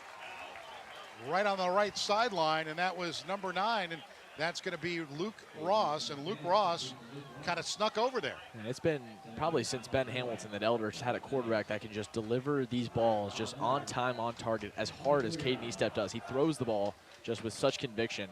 Looks so confident every time he throws it, and a really nice pass right there. 1st and 10 at the 24-yard line for the Panthers. So Panthers looking to try to get some points here. They lead at 13-6 with 2:25 left here in the third. They line up with Ross to the left side. One wide receiver to the right side. Shotgun setup, looking as E-step, looking still with it, throws, it's complete to Thaman, 20, 15. He's out of bounds at the 12-yard line, and a first down for the Panthers. And a classic mesh concept, really just a traditional football play for Elder right there. Worked to perfection right there. Offensive linemen did their jobs, gave Caden enough time to throw, and he delivered right to Joey Thaman for a nice little catch. They're going to say he got to the 10-yard line, so that time get a little bit better position for the ball placement. And a 1st and 10, so 1st and goal for the Panthers now. With 1:58 left here in the third quarter, this is a big possession for the Panthers to get some points. They lead 13-6. 2 wide receivers off to the left. Setting up his E-step. They go in motion with Thaman. Thaman gets the carry. Thaman inside the 10 to the 5, and he stopped right around the 5-yard line. We'll see how aggressive Elder is if they're going to try to score on 2nd and 3rd down, if they're going to try to make this kind of a 4-down possession. We'll see how Coach Ramsey wants to play, especially with time ticking down in the 3rd quarter. If you're able to go into the 4th quarter still with this possession, that'd be very interesting for Elder. They moved him back, though. They're going to say no forward progress on that to the 5. They got him at the 7. So interesting spot there. We've had a lot of those interesting spots tonight. 2nd and goal from the 7. 3 wide receivers now to the left side, including Thaman. Now Meyer goes in motion. He goes to the right side. And now looking is E-step, looking, plenty of time, going to run it. He's inside the 10 to the 5. He's going to run into about the 2-yard line before he's tackled right there. Thought he was going to have a better angle at the end zone. When you're able to hear Coach Peyton Ramsey right next to us in the press box, just run it, yelling at his young sophomore quarterback. Roll it out to his left, nothing was open. A really savvy move by the young sophomore to just tuck it, get as many as he can, get all the way down to the 2. Set up with a 3rd down and goal now at the 2. At the 2-yard line, so plenty of time. 45 seconds left here in the 3rd quarter. Been a fast-paced 3rd quarter, a lot of runs. And now the Panthers with E-step, they've got Ross to the right. He's alone to the right side, and now Ramsey wanted to set the play, and they're going to call a timeout. So a timeout on the field. Portions of tonight's Elder game are sponsored by financial advisors Adam Schuster, Ted Lucian, Matthew Smith, and Jacob Lindsay of the Lucian Schuster Smith team at Morgan Stanley in Cincinnati, offering wealth management planning for their clients. We'll get you back to Elder here soon, but for now we're going to toss it back to Mount Healthy, where they're taking on Wilmington here on Friday Football Live.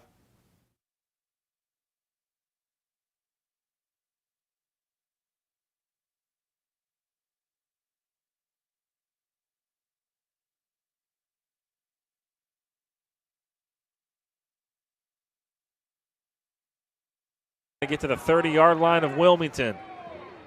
Fast-moving 3rd quarter. Spain rolling out to his right and taken down in the backfield. Spain had nowhere to go, and he gets wrapped up to. All right, we'll go ahead and get you back to Elder now as they take on Springboro here on Friday Football Live. 8 yards, you try, but let's see what they do here. They bring in some. They've got Maddox Arnold to the left side of E-step, and now we're going to get a flag, and that's going to be on the Panthers. And we're going to move this football back 5 yards. So now you got a little RPO option. You got other stuff because now you're 3rd and goal at the 7. Well, it makes it a tougher decision if you're not able to pick up at least 4 yards on this play right here. You get to about a 4th and goal from the 5 and on. Might have to just settle for 3. With 37 seconds left here in the 3rd quarter, Panthers have a 13-6 lead. Both teams have missed an extra point in this one. Panthers have blocked one. 2 wide receivers to the left side. They're going to leave Maddox Arnold now on the sidelines, and now he took his time, and now the Panthers have to call another timeout. Just miscommunication going on from Elder's coaching staff right now, and this is something you rarely see out of the Elder sideline. Usually one of the most in-tune coaching staffs, very connected. Cliffview Lodge, a part of Red River Gorge Cabin Rental. All right, as we take a timeout here at Elder, we're going to send it back to Mount Healthy as they take on Wilmington here on Friday Football Live. So the Owls are going to burn their first timeout, and we'll take a break. Back to Mount Healthy after this.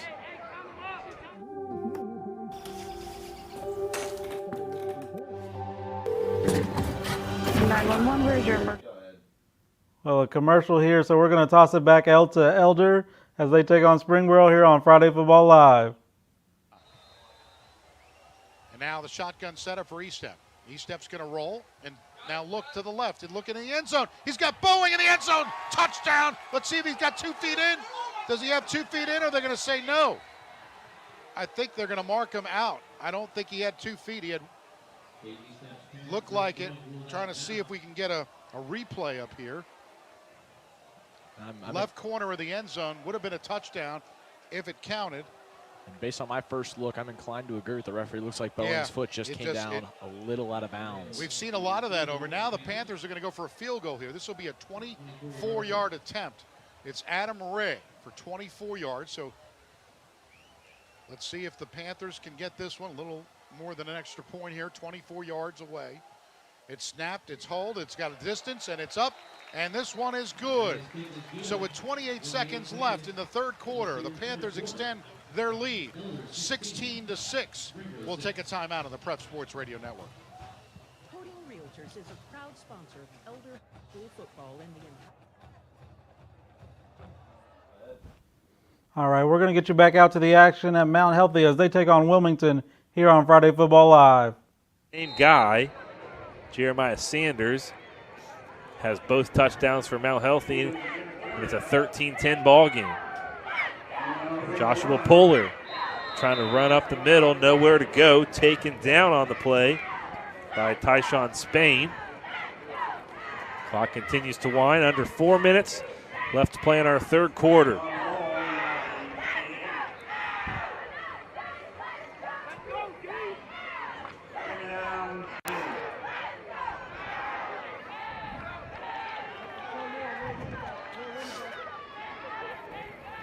Owls bring the blitz, and Puller is taken down, nowhere to go. Tried to avoid multiple tackles. Ty Watkins was able to grab his legs and bring him down.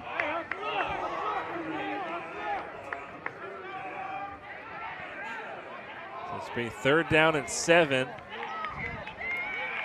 See what Ryan Evans draws up, head coach of the Wilmington Hurricanes.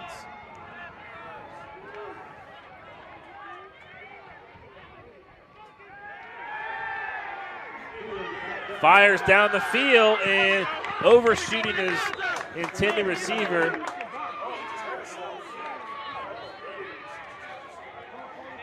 Trying to connect with Michael Streetley, and Streetley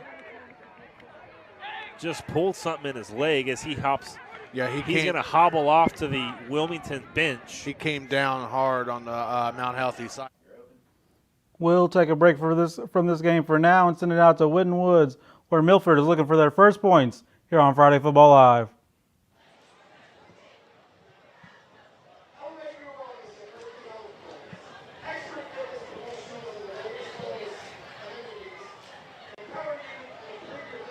All right. Oh, you'll see the interference right there, grabbing that left arm, I'm sorry, of number 4.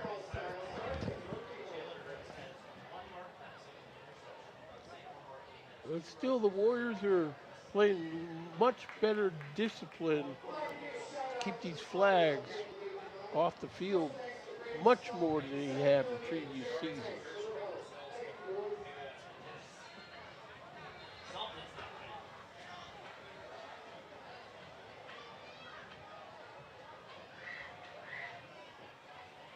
So here comes the Eagles. Looks like they're going to address this play.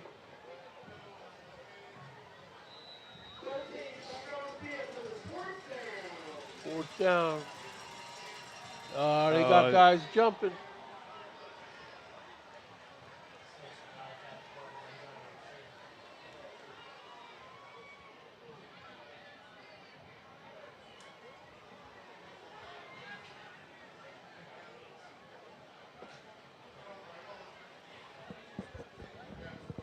Always wearing a white cap.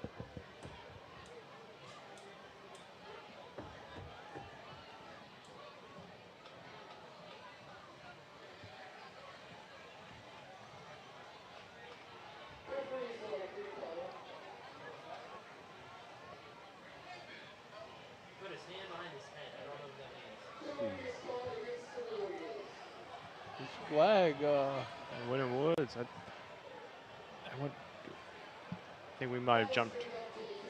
I think Winter Woods encroached.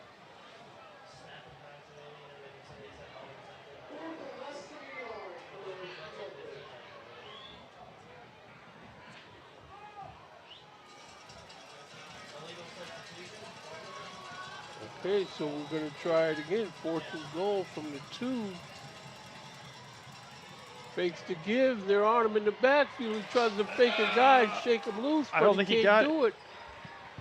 He's short of the goal line. 23-0.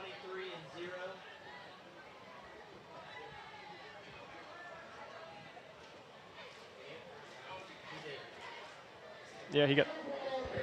The line, Massey right. It looks like he got the first down. That was. Okay, so it's first down. They got it. And that was close. Good play. It's been a successful play for Milford. That the QB read option there. I mean, this was. Was able to run out of the grass. Yeah, he just kept those legs going. I mean, number 9 had him, but he just kept fighting. It was good effort. 2:15 left to go in the 3rd quarter. There's the give. Jordan can't get in. I'll tell you what, though. The one thing that is going well for Winter Woods on this drive is it's been eating up a lot of clock, and they're still down by 3 scores, Milford. And they have only 1 timeout. Yeah, it doesn't look like they're going to be able to make a big comeback on the Warriors tonight.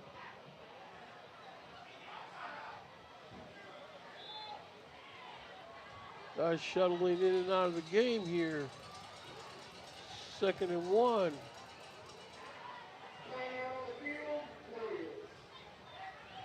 Warriors calling timeout. I think they got some personnel issues going on. Some people coming off and on the field. Just take a timeout. Don't take a penalty.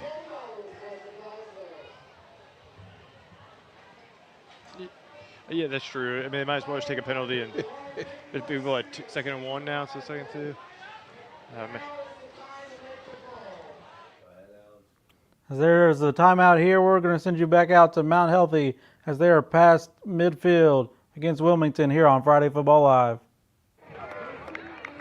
We'll get the infraction.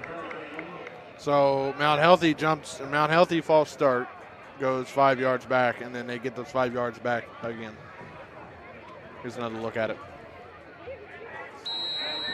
55, Flint's first. Yep. Great camera work by our crew.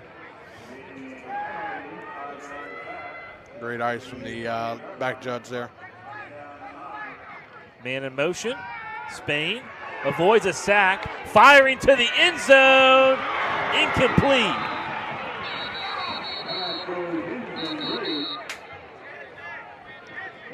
Tried to. Spain to Scott. Had his defender beaten. And pretty much put this ball in a perfect spot to be caught. He might have been running out of room, running out of end zone space. Real estate, as they would call it. So to bring up 3rd down. 3rd and 10. So another shot at the end zone, right? I think at this point you're trying to just pick up the 1st down, which is the line to gain is the 19-yard line of Wilmington. 3-point game. Big stop right here for Wilmington. Spain over to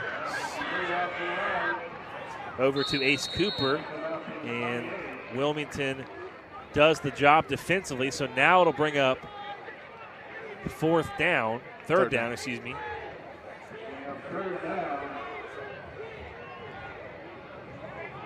See if Mount Healthy elects to run a play before the quarter comes to an end. They do not. There's about a 3-second difference between the game clock and the play clock. Mount Healthy doesn't have to run a play before the end of the 3rd quarter, and that's exactly what Jameer Spain and company will do. So both teams will head over to their respective benches, and we will buckle up for the fourth and final quarter. As the quarter comes to an end here, we will send you back out to Elder, where they're taking on Springboro here on Friday Football Live. This a lot in the past, starting to implement a little bit more. James Willig coming in as the second tight end alongside Braden Boeing and giving Elder a lot of versatility, especially running the ball, but even in the pass game as well. Second down and goal at the 10-yard line. 9:35 left in the fourth. Panthers have a 16-6 lead, and they're looking to extend it. They line up with Paff and Boeing and Thaman to the left side. Shotgun setup. It's E-step. He steps back a little bit, and now looking to the left side. He's got a man open to the end zone. It's Boeing for the touchdown. That's his second catch of the game and a touchdown. This time he gets his touchdown. He missed it in the other corner of the end zone. This time he gets it. What a night for Braden Boeing. Get your first touch of the season. You get your first touchdown of the season. And happy for the kid. Know him really well. He is just such a hard worker. Going to the University of Miami next year. And he is just, I'm sorry, Miami University, not the U. Going to Miami University up with me up in Oxford. Yep. So glad to have him. Oxford is good. 22-6. The Panthers have the lead now with Ray looking to add this extra point with Thaman to hold, who had a big reception on that drive. And now Ray will put it up with the right foot, and this one is good. So with 9:16 remaining in the fourth quarter, Elder now has a big lead, 23-6. We'll take a timeout on the Prep Sports Radio Network.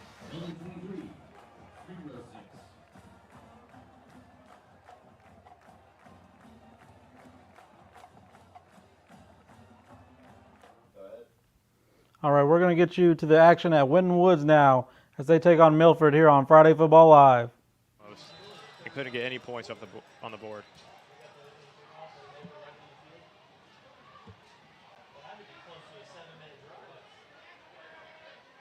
Okay, so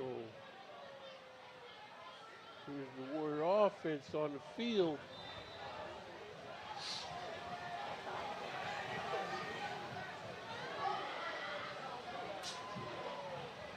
Man in motion, hard turn and give, and there it is. Nice run. He gets through the first set of defenders, and Zeke. Yeah. I mean, this offensive line is just doing a great job of now making space and allowing those holes for Zeke to get through.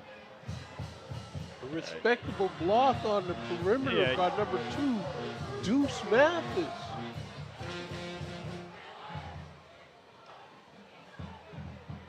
Clock moving, 40 seconds left to go in the third quarter.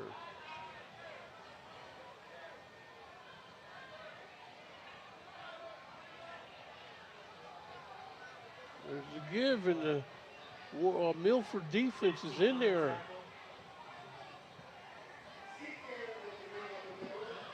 Very little gain on that play, if any. I think they're just going to let this clock run out and go to the fourth quarter.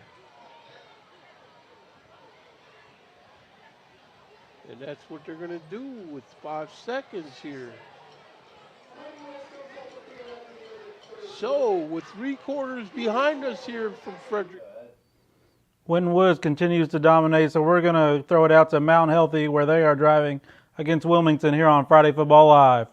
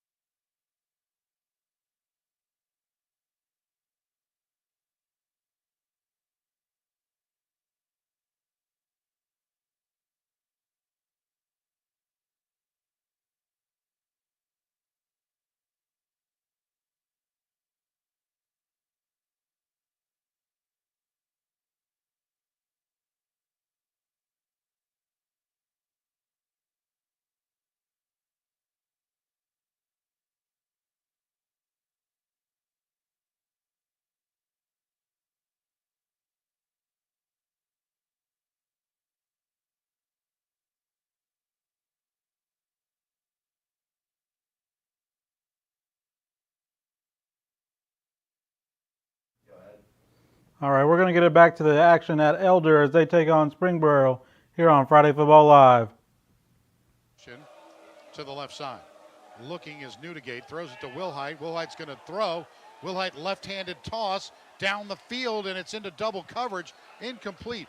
It was intended for number 2, and that was Drew Baylock.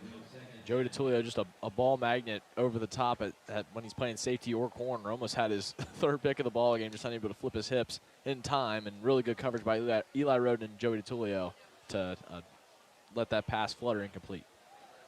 Yeah, the left-handed Wilhite certainly can throw the football as well. 2nd and 10 from the 41 for Springboro. 8:29 remaining here in the 4th. Panthers with a 23-6 lead.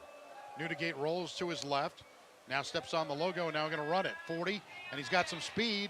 Gets to the 30, and he's out to the 28-yard line. So 13 yards on that gain for Newdigate. You're able to see just a gutsy run by Newdigate right there. We mentioned how hard it is to be a sophomore and play in this stadium in front of these fans, and looks like there's no pressure at all on him right now.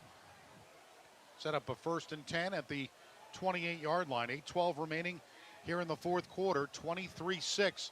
Elder with that lead. 2 wide receivers left side for Springboro, 1 to the right. Newdigate stepping up and now looking to throw again. He's got protection, throws it down the field, and he missed Wilhite on the right side. He had him open, but the throw was to the left side of him and incomplete. Red River Gorge Cabin Rentals in the beautiful Kentucky Red River Gorge have mega 12-bedroom cabins available for big groups or families, and only a short 2-hour drive from Cincinnati. Check out all the activities and things to do at redrivergorge.com. There was a sideline warning issued on Elder. Not sure. Wasn't even on the coaches. It says people even farther down the line. And, boy, officials having a kind of a rough night tonight. Set up with a 2nd and 10 at the 28-yard line. Now shotgun setup for Newdigate, looking to throw the football, rolling to his left, got time, going to run it, tuck it at the 25, and still with it to the 23-yard line before Sandus got him around the 23-yard line. And Newdigate really, again, we mentioned, is coming in for an injured Max Miller, and he's done a really good job with what he's had. He's not had a ton of open receivers all night. He's been able to tuck it in and run a little bit and give some life to this pretty much dead Springboro offense. 7.5 minutes left here in the 4th quarter. 23-6. Elder with the lead, but Springboro driving here. It'll be a 3rd and 5 at the Elder Panther 23-yard line. Newdigate steps up with Long to the left side, rolling to the right, going to run it. Inside the 20 to the 15. He spins to the 13. A gain of 10 and another 1st down for Springboro. Well, Springboro moving the ball really well, but it comes at a cost with how much they're running the ball right now. A lot of times ticking off this clock. Already at 7 minutes left. Elder's able to get the ball back. They might be able to end it with the next possession. 23-6 Panthers, but it's a 1st and 10 at the 13-yard line for Springboro. Bernicardi to the right side of Newdigate. And Newdigate's going to take the snap, but I think they either took too much time or, delay a game. False start on, so a false start on Springboro brings the football back. The Farm in Delhi is the perfect place for your reception with food so delicious your guests will love it. Private parties, celebration of life gathering, sports, banquets, to business meetings. The Farm can host it. Contact owner Dan Elsesser or give him a call at 922-7020. That's Dan Elsesser, 922-7020. Or check them out on the web at theplacetoparty.com. And their fried chicken is the place to party, I'll tell you that. They don't mess around. No, do not. 1st and 15 at the 18 now. After the penalty, 2 wide receivers to the right, 1 to the left side. Now looking is Newdigate. Newdigate's got a good arm, throws it in the end zone, and it's intercepted. The Panthers are going to get it, and it's out. And setting up across the 22-yard line for the Panthers, and it was Matthew Golinar getting the interception. Well, we've seen Golinar line up at nose tackle. Now we've seen him get a pick in the end zone. Kid's doing it all tonight, and that should be the exclamation point on what's been just such a strong night for this Elder defense.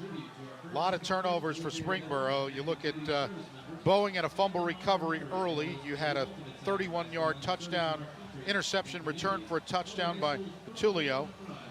You also had another interception by DiTullio, a fumble recovery by DiTullio, Maddox Arnold a fumble recovery, and Golinar with an interception. I think that's it. That's a lot. A lot of turnovers. So the Panthers will set up 1st and 10 at the 22-yard line. Shotgun set up now. And now the give up the middle, and it's going to be Thaman. Or was that Meyer? I'm trying to see where they marked it right. Yes, Meyer right at the 27-yard line. And Len, I'm guilty of a cliche a time or two, and when I keep saying the defense is bend, don't break, for those at home that don't really understand what that means, it's we think that we are a better defense than you. We will give you a bunch of yards. We're going to make you string a drive together. And Elders tried to force Springboro to string a drive together, and they just haven't been able to do it. And that's why the philosophy works so well against teams that are less disciplined than you, and pretty much everybody Elder plays is going to be less disciplined than them. Setting up a 2nd and 5 at the 27-yard line. Panthers with the lead. And the Panthers have the lead here 23-6. And set up now with a shotgun setup for Estep. Estep's got one wide receiver to his right and one to his left. Now setting up. And now the give is to, it's Thaman. Thaman 40, 45, 50, 45. Trying to get down the sidelines. It does. It finally steps out of bounds at the Springfield 34-yard line. You were just waiting for Joey Thaman to break off a big run. Did right there. Had a nice little hesitation move to get himself more yards. Knew he wasn't going to bring it all the way to the end zone. Decided to get as much as he could before he got taken out of bounds. Just can't say enough about how impressed I am with Joey Thaman throughout this year. Yeah, Thaman has had a great year. He came in on the season doing a great job running the football, and also he's got 142 rushing yards. He's catching the football, and tonight a lot of big plays. Path to the right side. They line up to the left side with Lucas Ross. They set up now, they're going to give it to Thaman again. Thaman spins inside the 35 to the 32-yard line. A gain of 2 on that first down carry. Now with 5 minutes and 18 seconds left here, and the clock continues to run in the fourth quarter with the Panthers leading it 23-6. Now, as an Elder kind of, we try to be as subjective as we can, but this feels like a game that really is a lot closer than 23-6. Elder, even though they've gotten a bunch of interceptions and a bunch of turnovers, it feels like Springboro was in this ball game up until the end. Springfield's been able to run the ball, move the football inside the 20s. And you look at that, you can give up the yards inside the 20s, but they're not able to get into the end zone. They did get in once, but they missed their extra point, and they trail 23-6. One wide receiver to the left and one to the right.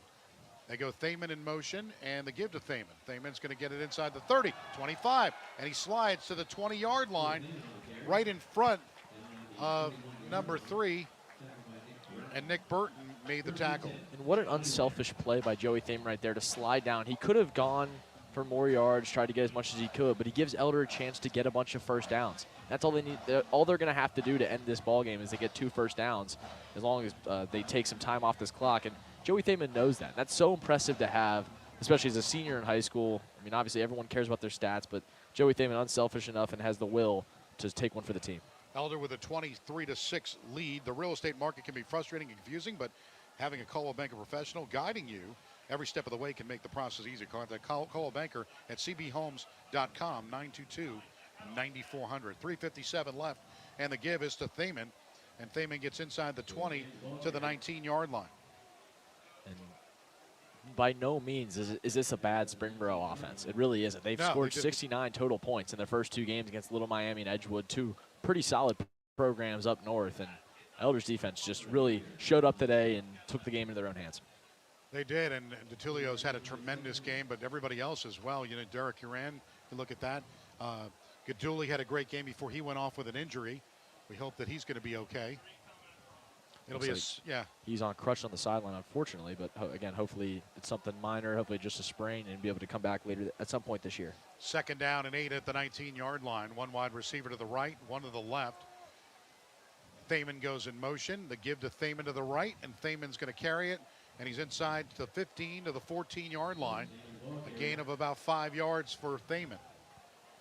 Just keep chugging right along. Elder, if they're able to get down to the 11, they'll have another chance at a fresh set of downs and another chance to get another first down. So able to hopefully get a first down on this 3rd down, and we'll see if they can milk all the clock just with these next two set of downs. The clock continues to run with 2:38 and counting for the Panthers. Panthers looking to go 3-0. They have the lead 23-6. It's a 3rd down and 2. from the 14-yard line. Sliding out. Now looking at his E-step. He's got Thaman in the backfield. Thaman's going to get it again. Thaman inside the 15 to the 10 to the 8-yard line. And a gain of about 6, and that is enough for a first down for the Panthers with 2:12 remaining. We'll see if Elder is just going to opt to kneel the rest of this time out. Don't anticipate Springboro taking a knee as this game's all but over. And like we mentioned, it's only going to get harder from here. The first 3 teams Elder played, no slouches, no blowout-worthy opponents, but it gets a lot tougher from here. It does. A first and goal at the 9. Less than 2 minutes to go. We've got even somebody, we got Steve Bengal who's on assignment. He's in Durango, I think now, listening and hearing it's all over very clear in Durango. So we're in Durango, Colorado right now, setting up a first and goal at the 9-yard line. One wide receiver to the left. Setting up his E-step. He's got Thaman in the backfield. Thaman's going to run it to the right at the 10, to the 5, and he gets to about the 2-yard line, but he continues moving his feet. And let me mention how tough it's going to get for Elder over these next coming weeks. The next 4 weeks, St. Ed's away, home versus St. Xavier from Louisville, home versus St. Xavier from Ohio, and then away at UC against Moeller. That's a murderer's row of next 4 opponents. Yeah, that's exactly. And going to be up in Cleveland next Saturday afternoon. We'll have a little afternoon performance next Saturday. And we'll set up its Thaman into the end zone for the touchdown. Joey Thaman puts the icing on the cake, and the Panthers lead it 29-6 pending. I've never seen a kid deserve a touchdown more than Joey Thaman right there. Had to get him in the end zone, get him some love, and again, as you mentioned, the icing on the cake and the exclamation point on what was a solid game overall for the Panthers. So that's his second touchdown of the game. Thaman has had a great game as well. Going to give him credit for a 1-yard touchdown run. Or maybe 2. We'll have to check the official stats when we get from the Silers. And Ray will kick this extra point. So with 1:07 left here in the 4th, it's Elder 30 and the visiting Springboro Panthers 6. We'll take a timeout on the Prep Sports Radio Network. Welcome, folks, or welcome to me, I guess, here on Friday Football Live. I've just made my way over from Regents Hall, and I see you have a blowout here as Elder is pulling away from Springboro 30-6. We'll get back to the pit in a little bit. Let's head back out to Mount Healthy. First off, big thanks to Alex Perez for holding this seat down while I was over at the volleyball, but we have the Owls of Mount Healthy with a 19-10 lead over the Hurricane of Wilmington, a non-conference showdown for both teams, and there's a big sack for the Hurricane defensive line, and they need it. They're down by 9 points with 7 minutes to go. Let's head out to our friends at ICRC Television here on Friday Football Live.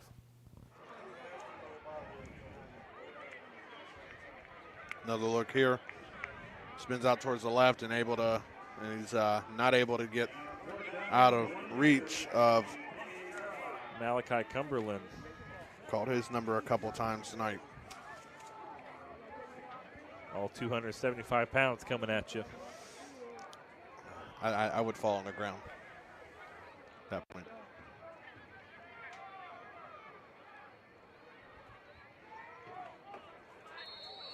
Eli Stewart back deep.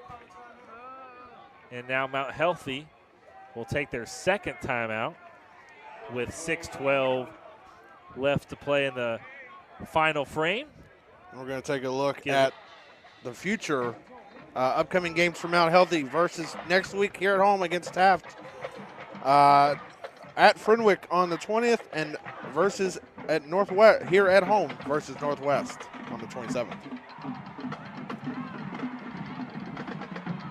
That will be their first conference game of the season when they play Northwest. Yep. That's right, because there's only 4 teams in the conference. They only play three teams. They play Talawanda, Northwest, and Harrison.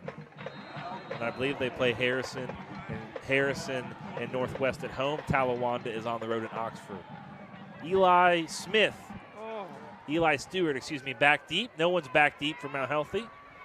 Owls will down it at the 37-yard line. So 6:02 left to play in regulation. 2-score game with Mount Healthy on top, trying to pick up win number 2 before the Taft Senators come to town next week.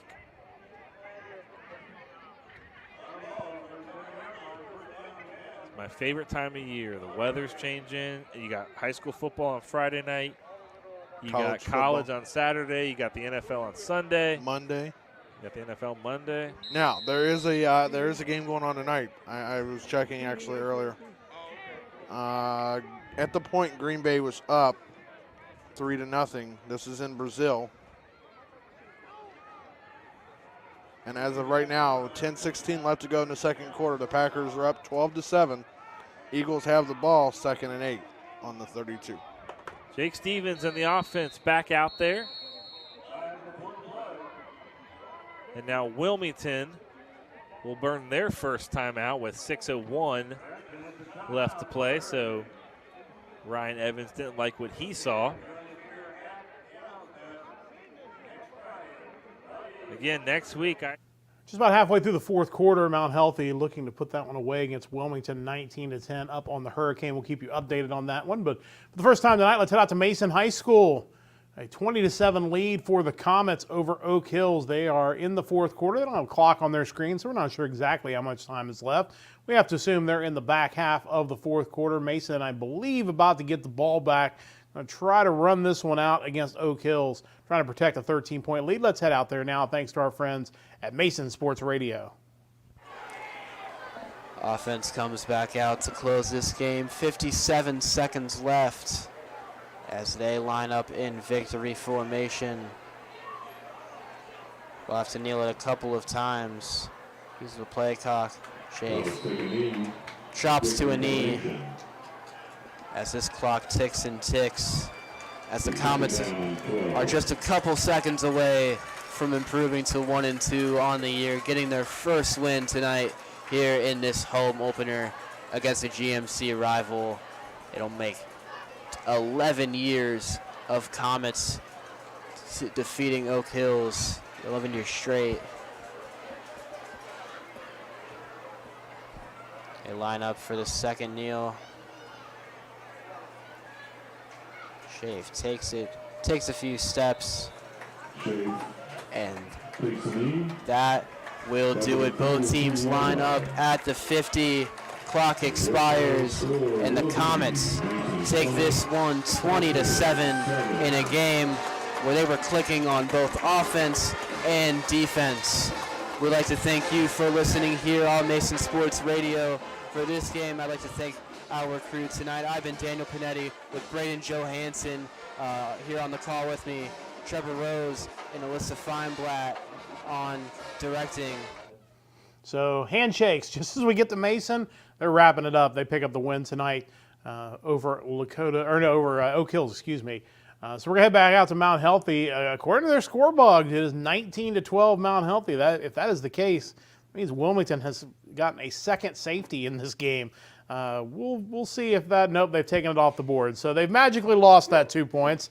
Sometimes that happens in high school football. You just magically lose a couple of points. But the important thing is Wilmington's got to score on this drive. There's only 5:27 left. They are down by 2 scores, only 2 timeouts left, and they are near midfield. So let's head out there now. So Stevens going to use his feet and slide forward for the first down. He's right at the sticks, and the officials are going to give it to him. Another first down for the Hurricanes here. First time we've seen Stevens run tonight using his legs. We've seen Spain run. 1st and 10, line of scrimmage is the 48. Stevens fires, catch made, hit contact right on the heels as Nashawn Crittenton made the hit. On Josiah Puller. Continues to wind. Under 5 minutes left to play here in the fourth. 9-point game. Stevens takes the snap, fires down the field, and I believe he was hit in the backfield going down. He hops up to his feet, shaken up momentarily.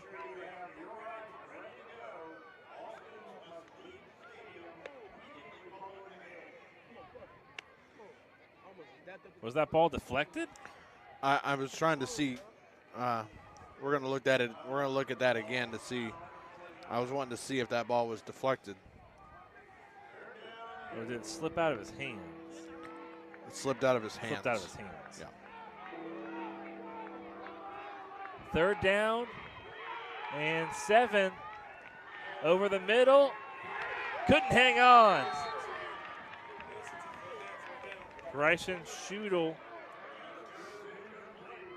And now it's going to bring up 4th down.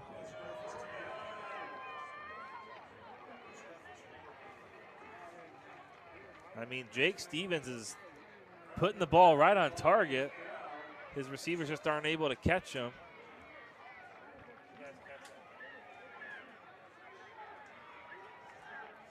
So we missed that call, but it'll be a 1st down for Wilmington. The ball is going to go all the way down to the 36-yard line. It's a 1st and 10 for the Hurricanes. 4:28 left. Joshua Puller weaving through traffic. Actually, that was Bryson Schudel. Previous flag was for roughing the passer. So Wilmington needing to start to get in that hurry-up mode. Still got 4 minutes left. You also have 2 of your timeouts. Stevens fires down the side. Incomplete. Had a receiver wide open. Poor coverage on the play by Monty Mathis. Unless that was a broken play, but I saw a Wilmington Hurricane wide open down the sideline. Wide open. Jake Stevens gets some instructions from his coach.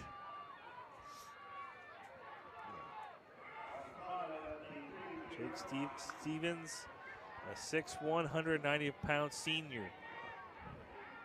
Gets into position. The play clock's at 5. Have to get the play off. It's down to 2. He does get it off in time. Stevens fires over the middle. Catch is made. Avoids a tackle on his feet inside the 20-yard line. Taken down to 15. Clock will stop momentarily for the chains to move. So Wilmington knocking on the door. Knocking on the door after a huge penalty on Mount Healthy. And now an official's timeout.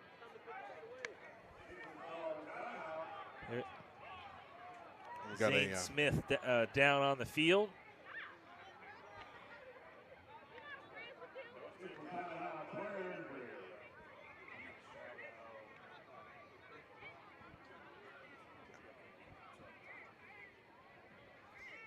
Shout out our crew tonight. We got Eric Johan on camera, Devin Webb, Patrick McCahey, and Brad Caffey, and Adam Simpson working in the truck. He's doing graphics along with our producer, director Will Matthews, Kyle Evans, Logan Dyer.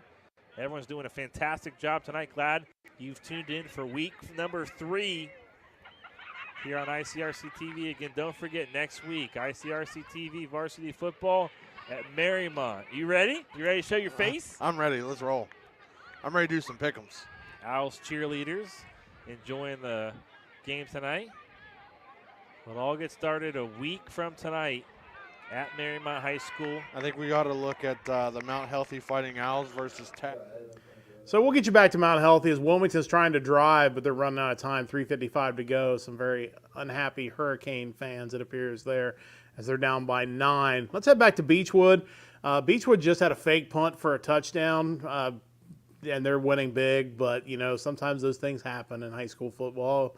So, yeah, Beechwood rolling over Dixie Heights. Let's head out there for a few minutes. We're going to have some updates from our reporters out in the field. I am hoping, fingers crossed, for an Andy Edwards update. I think it's going to make all of our days a whole lot better. So let's check in on Beechwood and Dixie Heights here on Friday Football Live. Right about the half-yard line. 1st and goal, Dixie on a nice run, unintended run. There was a high snap, and Fields just kind of took it up the middle. Now they're going to quick go again. Fields going to probably do a sneaky does. See if he gets in. They haven't signaled yet. Now Touchdown. They do. Touchdown, Dixie. On a quarterback sneak by quarterback Mason Fields. Say right now, Coach Volker's not going to be happy on No. films No. with a 3-play drive. Yeah, no doubt about it. 80 yards. Anderson on a big run and catch on that. Dixie might go for 2 again. Think they are. No, they're kicking. Nope, they're kicking. My bad. Armani Gregg back to hold. While they're trying to figure this out, Brady Atwell's numbers coming into tonight, 8,307 yards passing, 112 touchdown passes in his career against only 22 interceptions. On the ground, 31 rushing touchdowns, and he is closing in on 2,000 yards rushing. Snap is back again. Gregg's got a field. 73 Vikings leading the Firebirds in this highly anticipated GMC matchup. It started with a Cole Mundy sack for the Firebirds against the Vikings offense. Just a 3-and-out there, and then it was a defensive battle for the next 3 or 4 drives after that until Tarantino Brown-Freeman was able to put one into the end zone for the Vikings. Between all that, there was an interception by linebacker Andre Parker, but again, that came to nothing for the Princeton offense until that touchdown. Following that, a Cam Thomas pick after a couple 3-and-outs between both teams. Cam Thomas took it to about the 28-yard line for the Firebirds, the Princeton 28-yard line that is, and the Firebirds just kept punching all the way until about the 15-yard line where they were stopped and opted to go for a field goal. Kofi Adu before putting that kick in to get it to 7-3 here at Pat Mancuso Field in Sharonville. Taking a look around the GMC, Hamilton beating the Lakota East Thunderhawks 21-14 at the moment. Middletown and Coleraine. Middletown leading that one 10-3, so a touchdown separating both of those games. Mason Oak Hills. Mason has a shutout at the moment, 17-0 against Oak Hills, and Fairfield a shutout against Sycamore. 4 touchdowns for the Fairfield Indians. They are leading 28-0. With live video coverage for the remainder of this game, as well as coverage for the rest of the GMC games for Friday Football Live in the Report, my name is Dimitri Fishich. Dylan Groves. Dixie scores a couple of touchdowns here in the second half. Give us updates on the GMC. Wilmington trying a field goal to cut it to a 1-score game, and it is good. So with 3 minutes to go, the Hurricane not dead yet. It's 19-13 Mount Healthy. Thanks to our friends at ICRC Television. I believe that I see the face of Andy Edwards, which means we are just about ready for an Andy Edwards update. This is going to make the whole day worth it. Let's throw it out to Andy Edwards for some updates on games going on in the GCL. Andy. Andy Edwards here reporting live from Penn Station Stadium, home of the McNicholas Rockets, as the Rockets are up 31-0 against Kip Jaguars from Columbus. Rockets really looking good here. Their defense has 2 interceptions tonight already, and their special teams has also gotten a turnover on a kickoff. Great job there, as their offense does seem to be a little slow, but they are starting to get the groove. Just spoke to Coach O, and Coach O is not happy about the penalties. He's not happy about his team and what the penalties are doing to their situations, and it's not how they play football, he told him. Once again, McNick up 31-0. Some other scores around the tri-state area. Cathedral versus St. X. Cathedral's up 28-21 in the fourth quarter. St. X looking to get a score here. LaSalle versus Fairmont. LaSalle is up 18-9. Great job there by LaSalle. We also have Elder versus Springboro. Elder is up 23-6. Elder looking to close this game out and keep their undefeated season going. Also, the Baden Rams versus the Edgewood Cougars. Baden is up 17-7. Baden trying to get this one out of here and get their first win of the season. Some other things, Chaminade Julienne versus Bishop Hartley. Chaminade Julienne is down 23-42 against Bishop Hartley. In that fourth quarter, Bishop Hartley going to come to Dayton and just sneak away from one here. Also, Fenwick versus Monroe. Monroe is up 24-7 on Fenwick. And that's all I have for you right now. For Friday Football Live, this is Andy Edwards. Thank you, Andy Edwards. That makes my night so much better. Wilmington did attempt an onside kick right as we were coming out of that report from Andy Edwards, and it appears that Mount Healthy has recovered. So it's going to be up to the Wilmington defense to try to get the ball back. Only 3 minutes to go. While they're kind of getting everything sorted, it appears that Ben Miller has an update on games going on in northern Kentucky. So let's throw it out to Ben for this update. Paying attention. We will in just a moment. And so that's why I didn't see the onside kick. But a good attempt, rather, nonetheless. Spain in at quarterback Throw for it the out to Ben Owls. for updates on Northern Kentucky games. Ben? All right, welcome back to Friday Football Live. I'm Ben Miller with your halftime score updates in the Northern Kentucky area. Starting off with Covington Catholic and Simon Kenton, as Covcath currently leads 28-3 in the third quarter, as they put on an absolute dominating performance tonight on offense. Dylan Geyser so far with a 3-touchdown night, and they're looking to avoid their first 0-3 start since the 2015 season. Moving on to the Battle of Union, it's Cooper against Ryle, as Cooper currently leads 14-0 at the half, and they're looking for their first victory against Ryle since 2015. On the offensive end, Cam O'Hara scored earlier with a 7-yard touchdown. On the defensive side, Isaac Brown with an interception, leading to a Jordan Combs 29-yard touchdown.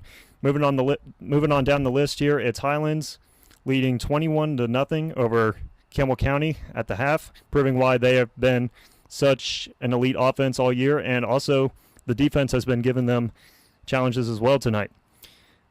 Last but not least, we got Newport Central Catholic currently leading Scott 55-14 in the third, and another dominating performance on offense for Newport Central Catholic, and as well as the defense, showing why they've been one of the best all year.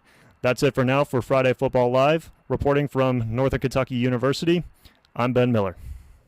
Thank you, Ben, for that update. Wilmington trying to get a stop on defense now. 2 minutes to go. I'm not 100% confident that they have 2 timeouts remaining based on the fact that the clock continues to run. But we're going to have to go with that and see if that's and now they have 3 timeouts, so they just picked up an extra timeout. Through the magic of how they lost 2 points earlier, now they have gained a timeout somehow, some sort of magic possibly in Mount Healthy tonight. I do want to pass along, Dimitri Fizic just posted an update that Princeton has scored. They lead 14-6 now over Lakota West, just 8:30 left in that one. So it looks like the Vikings in a titanic battle tonight with Lakota West, certainly in a good position with 8:30 to go. So we'll see if they can hold on for the win. We've got a timeout here. Go through a couple other updates while we have this timeout. Lakota East wins it in overtime over Hamilton. It was 27-24. A.J. Fitzstevens with a 19-yard field goal in overtime to win that one. The Beechwood game, they're still up 41-14. That one coming down to the end. Winton Woods has taken a knee. They have wrapped up their win over Milford in a game that we were checking out earlier thanks to our friends at Waycross. 22-3 the final score there. So up to the Wilmington defense now. Now they have 1 timeout left. So I don't know what happened during that timeout. It was pretty crazy. But they're going to have to get a stop here in a hurry, down by 6. Down the field, and they still have 1 timeout. So if we're diving into the mind of a coach right now, I think punting is probably your best option, because if you don't pick up the first down, you're giving Wilmington really good field position. Exactly, and I think that's what they're doing right here. They're going to punt the ball. At least they're going to line up to punt. They're going to line up to punt. Eli Stewart back deep, and this one is going to bounce into the end zone. So Wilmington has the football, 1:45 left to play, 1 timeout. Are we thinking free football tonight, Kyle? Nah, I want to go home to my bed. I just got for those at home. I just got denied by our producer and director Will Matthews on free football. By the way, Will, have you ever noticed that every time me and Logan do a game, he says, "Is it going to go to overtime?" Hey, I mean, it could. You know, maybe if I was in the comfort of my home watching this, sure. But, you know, like the Bengals game Sunday, it can go to overtime. I don't care. Yeah, I'll be at home on my couch. Yeah, exactly. Different vantage point. Yeah. Everyone that's tuned in tonight and enjoyed a really good game. This is a really good game tonight. See what Wilmington draws up. 1st and 10 from the 20. Hurricanes have to go quick, and he's not able to get out of bounds. Peyton Maurer on the reception, and you really got to hurry. You only have 90 seconds left. So if you're head coach Ryan Evans, you definitely need to be drawing up some deep plays.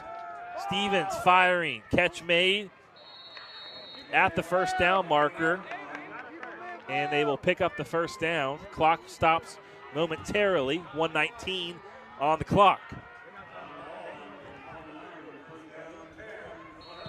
And they spiked the ball. So it'll be 2nd and 10 with 1:11 left to play. Keep in mind, a touchdown ties the game. Yes. An extra point wins the puts Wilmington on top by 1 and potentially wins the game. I will tell you this. If Wilmington finds a way to win this football game, expect a post-game interview from head coach Ryan Evans. Yeah, Ryan Evans. Stevens down the field. Did he hang on? He did. Zane Smith somehow was able to hang on to this catch. Take a look at the replay. He's double teamed. I think he gets a foot and a knee down. He got a foot and a knee down. Oh my goodness. And just like that, Wilmington is in Mount Healthy territory. 1:04 to play. Wilmington still has a timeout too. Stevenson back to pass, fires over the middle. Incomplete. Pass was incomplete. Clock stops. Trying to connect with Eli Stewart. 4 seconds off the clock there. The 5'10", 160-pound junior couldn't hang on. 1 minute to play.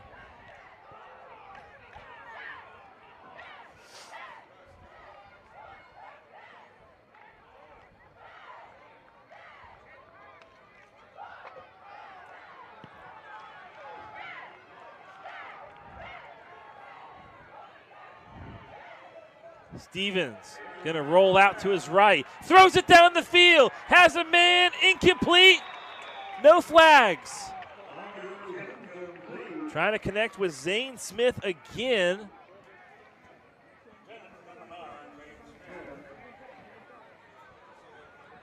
Monte Mathis in on the coverage. He rolls out to his left, able to get man downfield, but he just overthrows him. Overthrown. So it's 3rd down and 10. Obviously 4 down territory for Wilmington. 54 seconds left to play here in regulation. Week 1, we saw a 1-score game between Lebanon and New Albany. Here in week 3, 1-score game. Hurricanes driving for the potential tying and winning touchdown. Stevens fires over the middle, and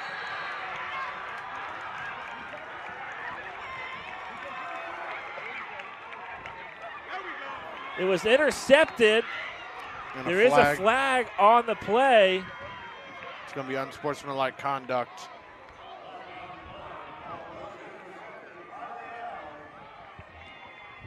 Look here again, interception there by it's 0. Jameer Scott with the pick. The officials are huddling at the 35-yard line, so we'll get the call. It's going to be Mount Healthy ball after the play, unsportsmanlike conduct on the Owls, and that'll be a 15-yard penalty. I believe the official was pointing in the wrong direction. He was pointing down towards this end zone. We're going to look at the interception again here. So the interception is negated.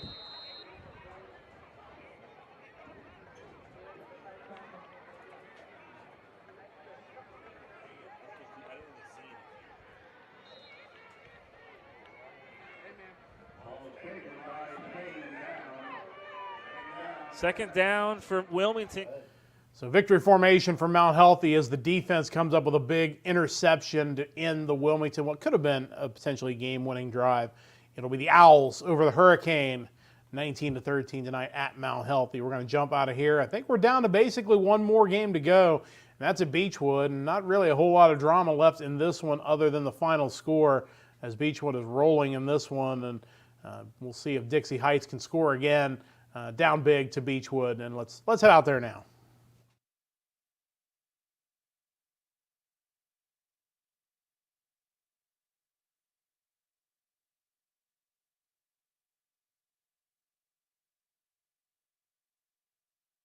kidding. 3 minutes to go in the fourth quarter. Wow. The Raiders. Let's see. It is 3rd down and 5 now. Dixie's got the ball. Clock is running. Looks like Cooper driving in that game. Fields again in the shotgun. I'm going to call him Lamb. Number 6 joins him in the backfield. He came in after Anderson got hurt. Hope he's all right, but that was a tough hit Anderson took. Whitehat is talking to the press box. They're changing something on the clock. And while they're doing this, also want to give a quick shout out to Gima Camille and our girls soccer program. 7-1-1 and currently ranked in the top 20 in the state. Fantastic. Getting a lot of attention across the state. Are they still in the All-A, correct? They are still. They play next Wednesday night, 7:30 here at home versus Bishop Brossard in the All-A sectional. Wow. If they win that, they will go to the Final 8 in the All-A Classic at the end of the month. Fantastic. So who beat them? I knew they were. I believe Connor did beat Connor them. 1-0. Connor undefeated right now. So. You're talking about two of the top 3 or 4 teams in Northern Kentucky right now, and unfortunately we just fell short on that one. There's a pause in the game. Don't know if they're trying to work something on the clock out. It says, I see why. The clock says 7:29 to go in the game, and it's wrong. It's like 3:40. The clock is frozen, Evans just said. A frozen clock. That is not good. Score from downstate. Corbin knocked off Lexington Catholic 56-22. Corbin's going to be a problem this year. Are they in 3A? They are. Yeah, good team. Beautiful field down there. We played down there week 1. Love watching football games down there. They did a great They job. demolished Pikeville after we left after our victory over Pulaski County. Fields in the shotgun. Hands it to Greg. He cuts outside. He's at the 5. Cuts it down to about 4 inside the 5. Spinning. Tackled at about the 2. Nice run there by Greg. 1st and goal, Dixie. Looks like they got the scoreboard fixed. Oh, okay. 4:04 to go. Clock running.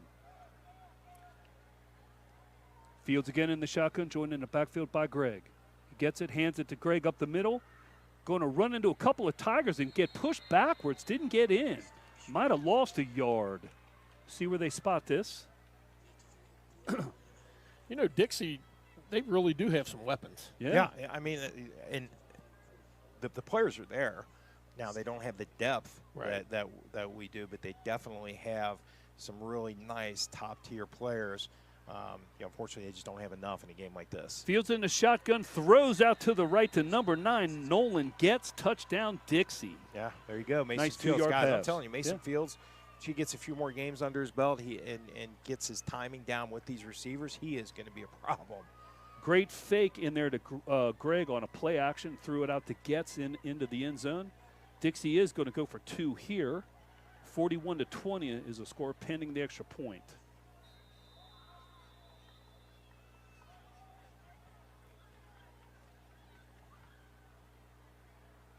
Fields lines up again in the shotgun, joined in the backfield by Armani Gregg. Dixie going for 2. He gets a snap. Fakes it to Gregg, throws into the back of the end zone, incomplete. 2-point conversion fail with 3 minutes and 30 seconds left to go in the game. Beechwood 41, Dixie 20. Thanks for tuning in. Take a quick break. Right back after this. Go Tigers.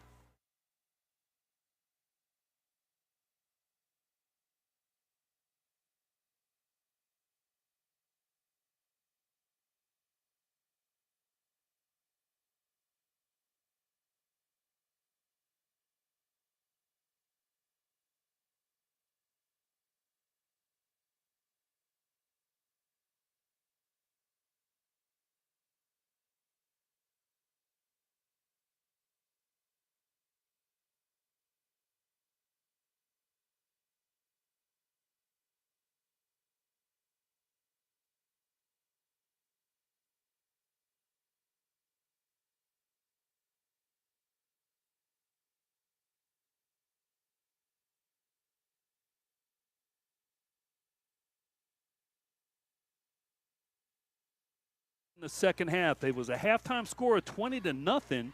Dixie came out, scored on their first possession. It's been a track meet since. Speaking of track meet, Urban standing back at, no, Urban's out of the game now. Kickoff goes. It's going to be fielded by, who the heck is that? Meyer. Jack Meyer. Jack Meyer standing back there. Man, Jack Meyer listen, made the fair catch. Nice. They should have let him run that. Yeah. I would have liked to have seen that. I think he could have done some damage. They're going to kick it again. Maybe he will get a chance. Lining up to kick it again. Don't know why. If somebody jumped off sides, is there a penalty? There is. Okay. He might get a chance. Mark, you got any Davis sisters or Skeeter Davis lined up on your iPod over there for later in the game? I can maybe? download some Skeeter. Get that for next week, definitely. Skeeter Davis. Jack Myers lined up now at his own 20. That's something you thought you'd never say. Yeah. I thought it was Urban back there. It is not. He's going to get it again. Jack, fair catch is again. Yeah, there you go. Oh, he was going to run, but he caught a fair catch. Can't do that, Jack. Can't call fair catch and then run it. That's all right. 1st and 10 Tigers from their own, call it 21-yard line. Might be the last possession of the game, 3:18 to go. Beechwood leading 41-20. From Lexington Christian, Pikeville up 12-7 on LCA. Yeah, as of 7 minutes ago. To LCA to go to 0-3. Yeah, that would be a loss to Pikeville would stun me. Yeah. But again, you have to remember LCA lost. They lost a lot last year. They lost their running back, quarterback. I think 2 or 3 of their top receivers. Pikeville's not yeah, no chump team either. You know what I mean? They're pretty good, aren't but they? But they're down. They are. Their they Pikeville's down. Yeah. They lost. Well, they played lost a lot as Corbin well. pretty tough down there after our Pulaski game, didn't they? I don't know that I would say pretty tough. Early they did, but that kind of got away from them at the end. 1st and 10, Beechwood under center. Going to hand it off to the tailback. I think that's still Chase Flaherty. It might have taken him out. Not sure. Let me check on that. That was Chase. Is that still Chase? Yep. He's still in there? He's got to be over 200 yards from now. Picked up 2 on that. Chase has had a great start to this 2024 season, no doubt. And now Clay Hayden has gotten going too, and has Luke. Things are starting to look good. I think this is exactly what needed to happen here tonight was, for them to be able to air it out. They had a great game on the ground. Chase, of course, just a terrific game. But that offensive line did a terrific job tonight from tackle to tackle. Bo Souter, a great job at tight end blocking. Yes. So, just he's a weapon too. Just hitting on all cylinders tonight. Clay Haynes going to line up, I formation, 2 receivers to his left. Beechwood is in no hurry. Clock is running down to 2:25. A big stretch play out to Flaherty. He's going to get some yardage. That play worked early in the game too, and does again. Picks up about 2 or 3 more yards out to about the 26. 3rd down coming up here for Beechwood. That's a nice camera angle on our YouTube view. Yeah, and actually, thanks to the gentleman. Yeah, thanks to Tim Lillard, Brandon Van Brom, Josh Bistry, all helping with the YouTube feed tonight. On the internet. A lot of folks will love that YouTube feed, so thanks to all those guys for making that happen. No doubt. 3rd down, call it 4. Beechwood is walking around, no hurry, obviously. Milking the last 2 minutes of this game down to 1:50. Clock running. Pick up a 1st down here and pretty much end it. Cooper scored on an 11-yard touchdown pass from Cam O'Hara. Doesn't say who caught it, but they now lead 21-14 over Rye with 38 seconds to go. Wow. Good game there. Clay gets a ball. He might be close to a 1st down, and they're going to give it to him, and that is going to do it. Victory formation will line up after this as Beechwood's going to win this one 41-20. 3-0. Nice start to the season. 3-0. I mean, and this is exactly what Jay Volker and Greg Herged wanted. Start out the year 3-0. You head into, two tough games. Your rivalry game of the year against Covington Catholic in 2 weeks. Simon Kenton got walloped tonight by Cov Cath, but Simon Kenton's got some range. Yep. And we've seen that over the years. We have. And they're not going to be happy next Friday. No, they are not. No, they are doubt not. About a victory formation out here for Clay Hayden. He gets it and takes a knee and might have to do that one more time. So we've got 2 more home games after this week. then probably get, and I hate to jump ahead, a few home games in the playoffs here, Murph. So I think so. Fun. Yeah, Fun season. I think I think we're looking at the first three for sure, and then depending on what happens in the next 2 weeks and some variables we can't control out over the next couple of weeks. That's looks like where we're headed. Yes, it is. And that is going to do it. The battle of the 4-10-17 is over. Beechwood wins 2 years in a row here. A nice, impressive 41-20 victory to start this 2024 season 3-0. Yeah, and like I said, I just think the coaching staff has to be delighted at the start to this season. And again, this is the best we've seen them play all year tonight here in a game where they needed to do that because, no matter what, these rivalry games, Dixie, Cuff Calf, these teams that come in here, when we travel, they give us their best. And tonight, Dixie, unfortunately, they don't have the horses to compete with us this year. But they gave it everything they had. Unfortunately, again, when you come into Beechwood in these games, it's tough against this defense when they're playing as well as they did tonight. Great job by the offensive line again. Chase Flaherty with a great game. Luke Erdman, Clay Hayden, that connection is just – I mean, these Dixie defensive backs, especially the seniors that have been on the field the last 2 years, they're going to be having nightmares about Luke Erdman for the next couple of weeks. I mean, just a terrific game by him. Like I said, this is what you want week 3. You want to see the arrow pointing up. The arrow is definitely pointing up, and it's just going to be these next 2 weeks are going to be so much fun to see how these guys can do against some big time opponents. So we're going to be at Simon Kenton next week at 7 o'clock kickoff, broadcasting live from there again. YouTube for all the home games. 2 home games coming up after this will be district games. Who do we play at Walton? And that's a great stadium too. Yeah. So September 27th we play here. Gallatin County comes to town. Yep. October 4th, the next week we travel to Walton Verona and their beautiful complex. Yeah, it is. October 11th we travel to Owen County for the first time. Yes. Mark Talley, Kevin Gray. That'll be. Am I allowed in Owen County? Which county was it? Which county was it? And then after that we will welcome Carroll County in, and then week 10 Bracken County, who will probably be the best of our district foes this year. Beechwood a big winner tonight, and that pretty much wraps up our live football coverage. So let's look at the highlights. And because I joined this program like halfway through, I really have no idea what the highlights are going to be tonight. So we'll check them out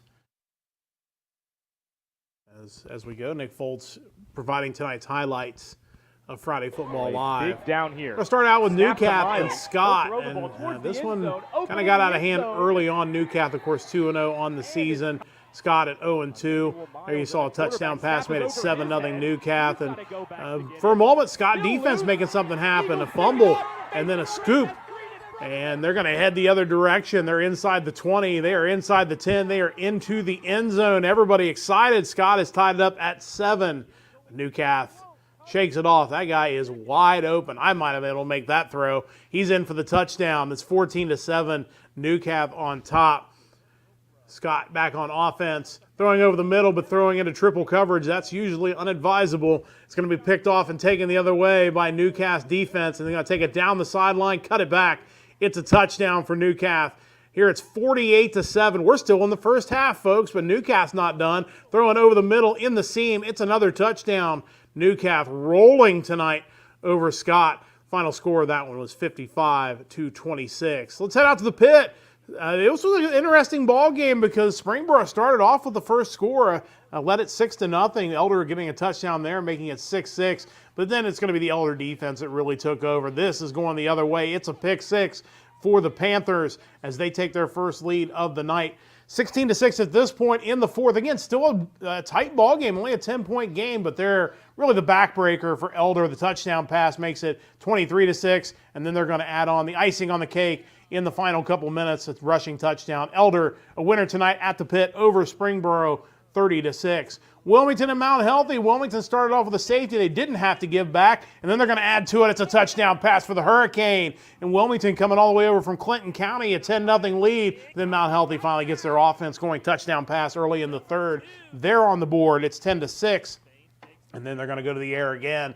This is a nice move right here, able to break the first tackle, busting through, and then there's nobody behind him at this point, or nobody in front of him. There's a bunch of people behind him, like everybody. It's a touchdown, 13-10 Mount Healthy. And again, the Wilmington offense just couldn't get anything going, and Mount Healthy finally getting another touchdown is wide open, and Mount Healthy ends up getting the win in that one, 19-13 tonight. Beechwood, big winner tonight over Dixie Heights. We'll show you how it happened. Wide open in the end zone. Again, it's a touchdown for Beechwood as they jump on top early for Dixie Heights. It was a tough night when Beechwood had their starters out there. It was pretty much one-way traffic, which you would expect. Beechwood breaking through the rushing touchdown here to increase their lead. Impressive night for Beechwood again, off to a really good start again this season, this time going into the air. Decent coverage there, but not enough as Beechwood gets the touchdown. Dixie Heights tries to get on the board, and they finally do as the rushing touchdown is good.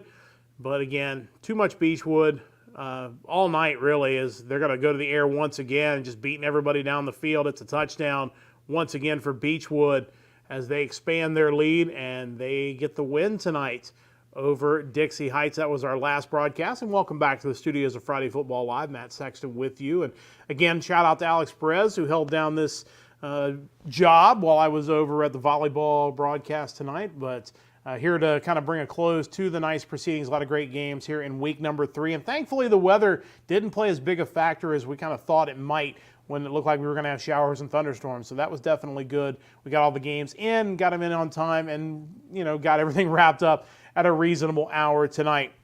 We're going to get ready to throw it to high school football tonight, which, of course, our friends at Tri-State Football put that on after every Friday night. They basically wrap up all the high school football games. They have coaches call in. It's a great program. We're going to head over to that in just a few minutes. Time for me to tell you that the executive producer of Friday Football Live is Wes Akers. Of course, I am Matt Sexton. Phil Hoffman directing tonight. Alex Perez was hosting for a little while, now back in his news director chair. Casey House, great job of the score bug once again. Dimitri Fizich providing updates on the GMC. Ben Miller, great job on the updates from Northern Kentucky. Andy Edwards bringing that energy from the GCL. Nick Foltz, great highlights once again tonight. Did a fantastic job putting those together on the fly. Garrett Jordan, Miles Sauer, Jamison Howard. Great job just keeping things running behind the scenes, making sure we're getting from game to game, making sure all the feeds are working. Very important stuff. We'll be back with you again next Friday night, Friday Football Live, 7 o'clock Eastern Time. Week number 4. We're getting to the halfway point of the season. Leagues that haven't started league play yet, going to probably be picking that up next week. We've got a couple leagues obviously in league play already, but it's going to be another great week of high school football. We hope you'll join us again on YouTube on Friday Football Live next Friday night. So we're going to get ready to throw it to high school football tonight for the entire crew here at Northern Kentucky University. I'm Matt Sexton saying so long. You've been watching Friday Football Live here from Northern Kentucky University. Let's get ready to throw it over to high school football tonight for the rest of the postgame show here on Friday Football Live. I've got a great resume and I absolutely crush it in interviews, okay? Let's make this a clean break. Shift the paradigm. The only thing I ask is that you think outside the box here and do this. Take me to Goodwill, where I can really make a difference. Your donations to Goodwill create new jobs, training programs, and education assistance for people in your community. To find your nearest donation center, go to goodwill.org. Donate stuff, create jobs. A message from Goodwill and the Ad Council. Kids, they're just different than us. They have no inhibitions, consider silverware optional, and can find fun anywhere. And when kids get really sick,